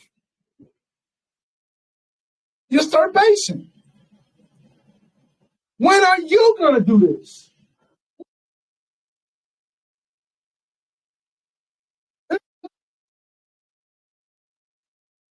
politically, we have to assume the powers of the earth, more. That's unalienable rights. It's self-evident. We was created equal. We was not created inferior to that government. The Moorish Science Temple of America is equal. National government on this land. This land is Morocco. This is not even North America. This is Morocco. And we are the Moors of Morocco. It's just like the Chinese of China. Just like the Japanese of Japan. Just like the Italians of Italy. Just like the Greeks of Greece. We are the Moors of Morocco. Get that in your head and start assuming that power. Live your life accordingly as the government official, what the prophet said. He said, by being Moorish American, you are a part and parcel of the government and must live life accordingly, Moors. That's the Declaration of Independence. We put that on the record. You get your status correction, you put that on the record. That was your Declaration of Independence. Now you have to live your life accordingly to that. Ain't no death warrant behind our declaration. We ain't got to go to war over this. They did. They was braver than us. They was willing to die for this. They was willing to die for their happiness, their life and liberty, more. They was willing to die for happiness. But then they said this. This is what they said, though. Because that's a cold demonstration right here, Mo. This is what they said. Let me read this. They said prudence.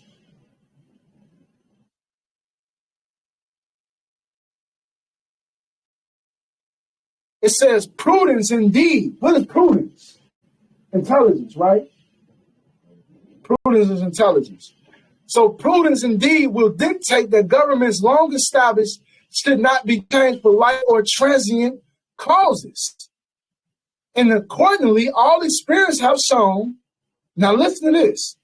All experience has shown that mankind are more disposed to suffer while evils are sufferable than to right themselves by abolishing the form to which they are accustomed.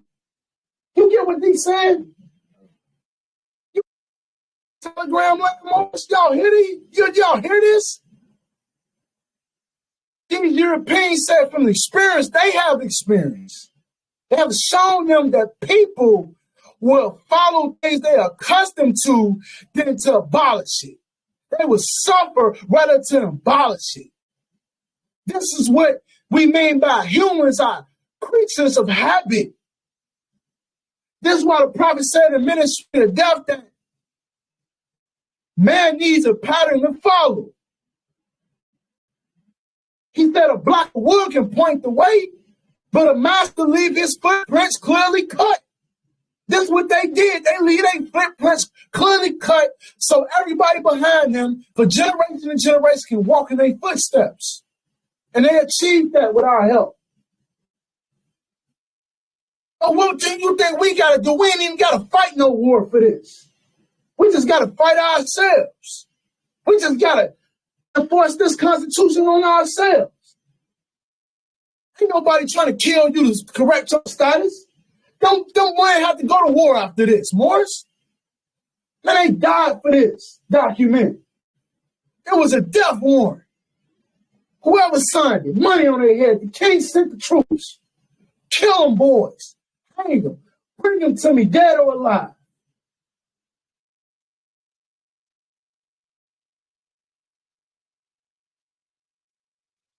Islam? No, we got the gist of it. We ain't got to go because it get too deep for him.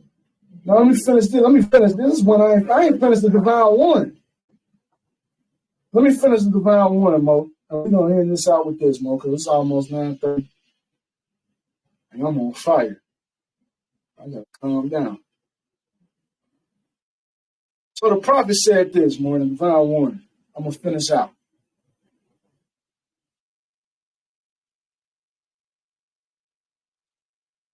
So there is just one supreme. I'm still reading the Divine Warning out of the Moorish literature. So after he complained, gave us the complaints, then he gave us a solution. So let's read the solution. The prophet said this. So there isn't just one supreme issue for my people to use to redeem that which was lost. And that is through the above statements. Then the lion and the lamb can lie down together in yonder hills, and neither will be harmed. Because love, truth, peace, freedom, and justice will be reigning in this land. In those days, the United States will be one of the greatest civilized and prosperous governments of the world. But if the above principles are not carried out by the citizens and my people in this government, the worst is yet to come. Because the great God of the universe is not pleased with the works that are being performed in North America by my people. And this great sin must be removed from the land to save it from earthquakes, diseases, etc. So the prophet tells us there's only one way out of this. And that's claiming your free national name, the above statement. To redeem which was lost. Redeem means to return something. We lost something. We lost our nationality. We lost our birthrights. And we lost our damn mind. We lost it, Lawrence. And I'm saying it every day. I just got to shake my head. Sometimes at myself. Because sometimes I done lost my mind.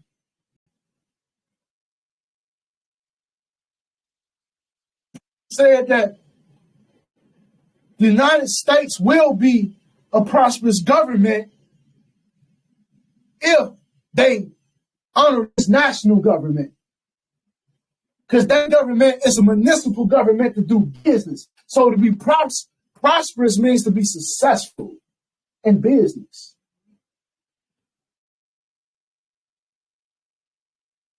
And then he mentioned earthquakes and diseases. Why did he mention earthquakes and diseases?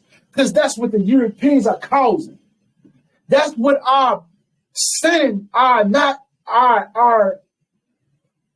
sins have caused us. From our lotto. Our lotto don't create diseases, man. Who we say create the diseases? The military. Who create these earthquakes? The military. They got the HARP, it's called HARP.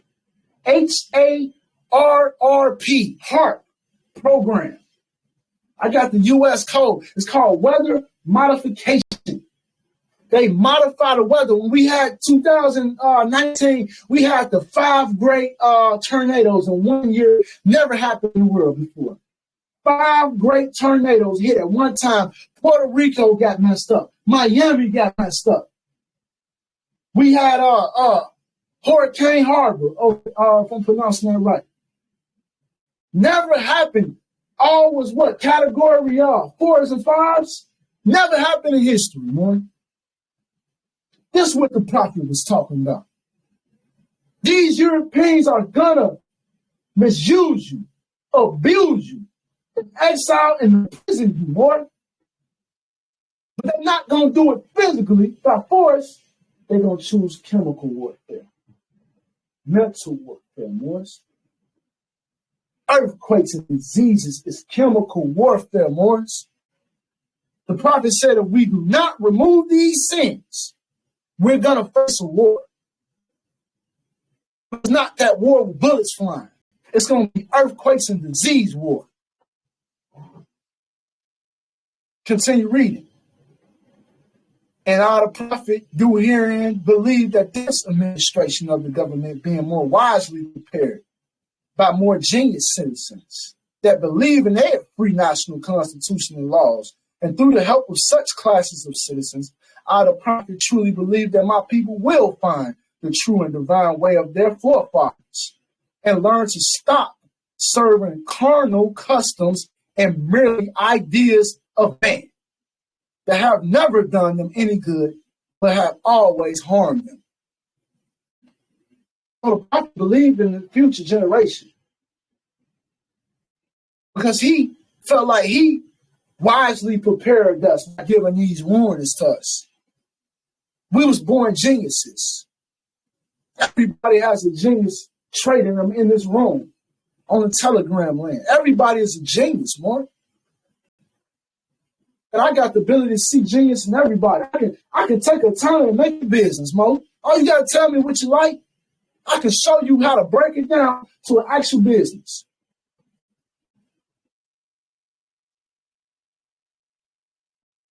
And the prophet believed in us. He already said before he loved us and desired our unity. He said he believed that we would find a way of our forefathers. Not the way of this modern way of thinking. But of our we gotta go. I mean, we can find a way back to our forefathers, what he's saying. And stop serving carnal customs and merely ideas of man. You know the difference between an idea and a plan?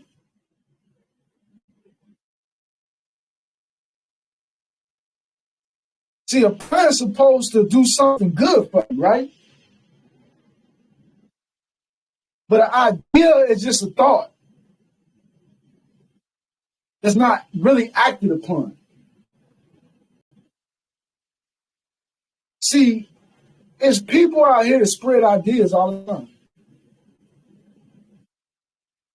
But show me these ideas and how they work for you. That's what he's saying. If these ideas have never did nothing good for you, why are you following them? Continue reading. So I, the prophet, am hereby calling aloud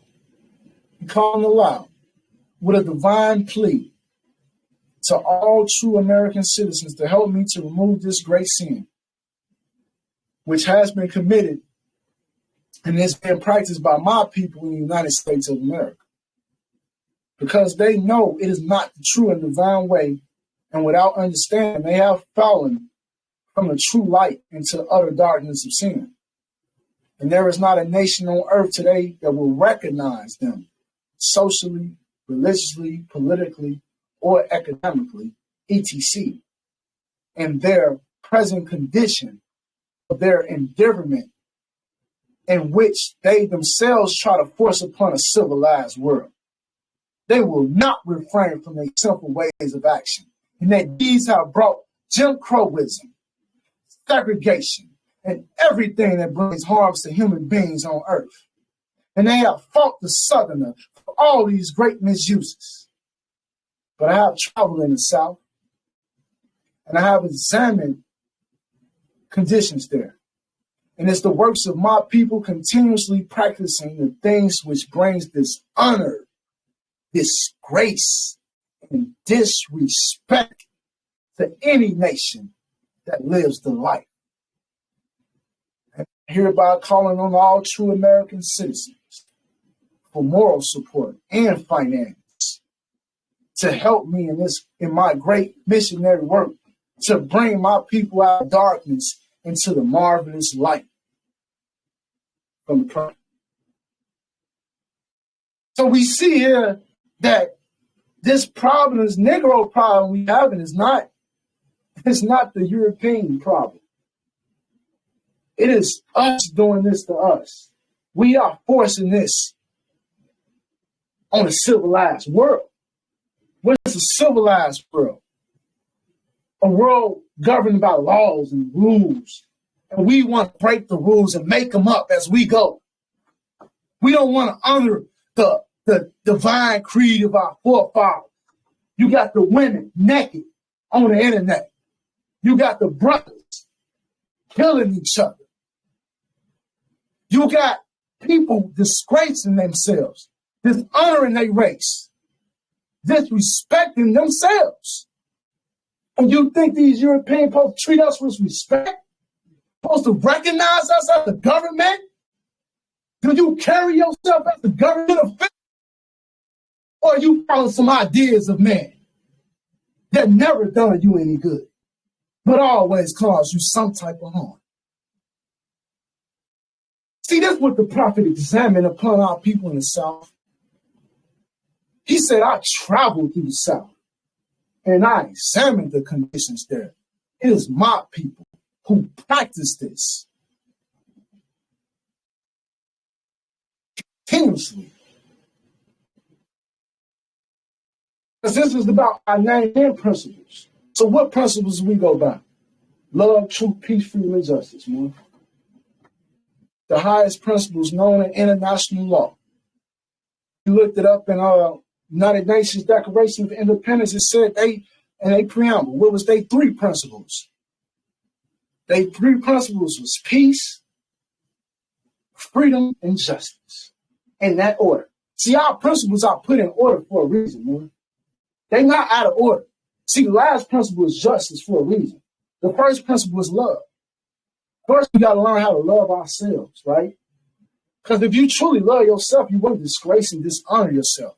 If you truly loved yourself, and then have to love each other, because we wouldn't disrespect each other, we wouldn't be killing each other and doing these things if we truly love each other. We have love for mankind or love for Allah, because the Quran says when you serve your next to kin, your next to man, you serving Allah.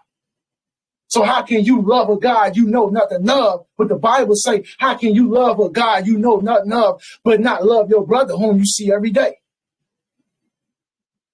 See how people talking about, oh yeah, I'm spiritual, I love Allah. No, you're not. Because you ain't showed me no love. I'm Allah in flesh. I'm in flesh. And you are too.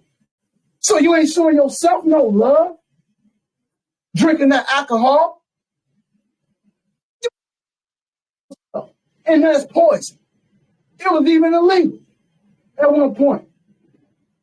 We doing these things to harm ourselves. And the prophet said he needs our support for this, Morris. He needs our true support for this. So let's close out on that mission. I'm going to open up the floor. Anybody got any statements and questions they want to add? Islam?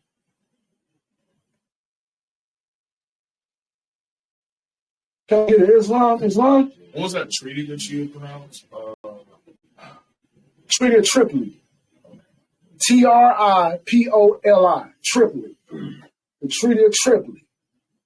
Says the United States was not founded on Christian, it was founded on Muslim law. Muslim, not Muslim, Muslim law. But we ain't Muslims, this ain't Islam. This is Islam.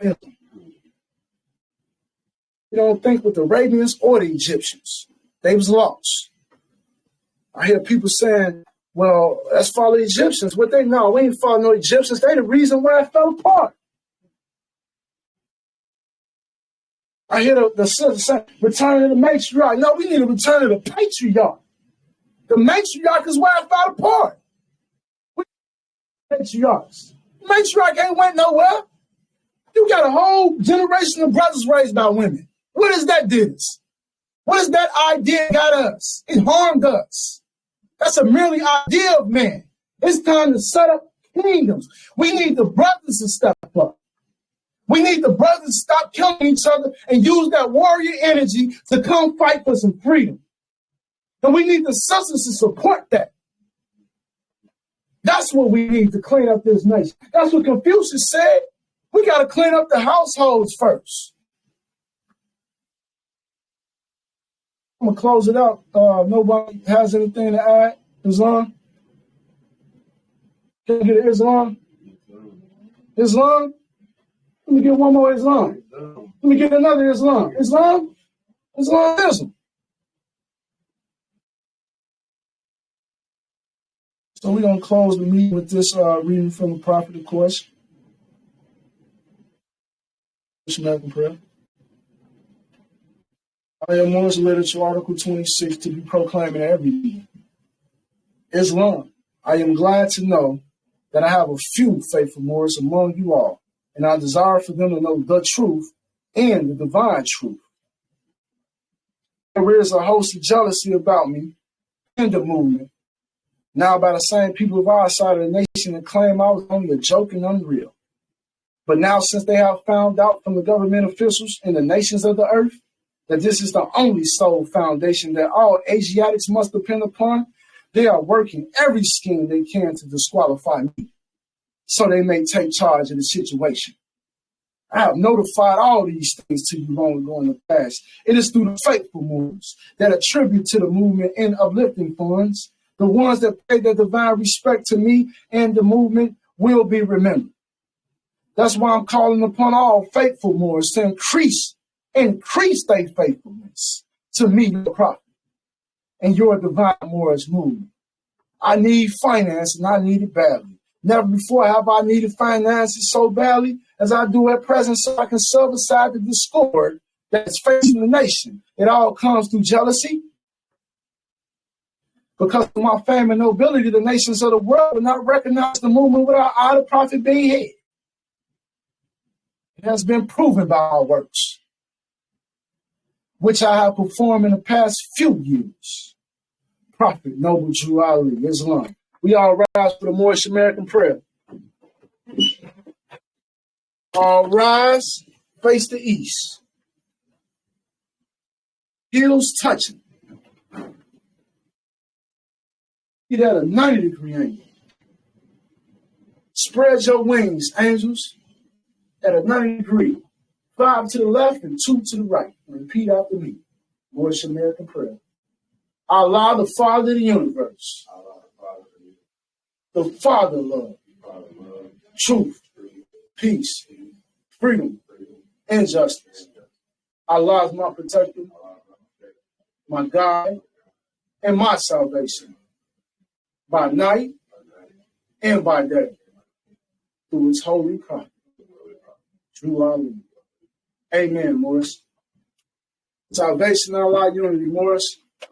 This meeting has now been convened. Islam. Adjourned, I should say. Islam. We will have this replay on YouTube, Islam. And I will put the replay back in our Sunday school. I'll make the rest of the announcements on Sunday school. We have some announcements coming up about events and things like that. I'll make those announcements Sunday school when I have all more details put together. If you have purchased, donated this for the status correction, be looking for that to be completed for you this weekend. If you haven't finished paying your donations, please do. Islam. All other announcements in Sunday school. Peace and love. Salvation, Allah, unity, Morris.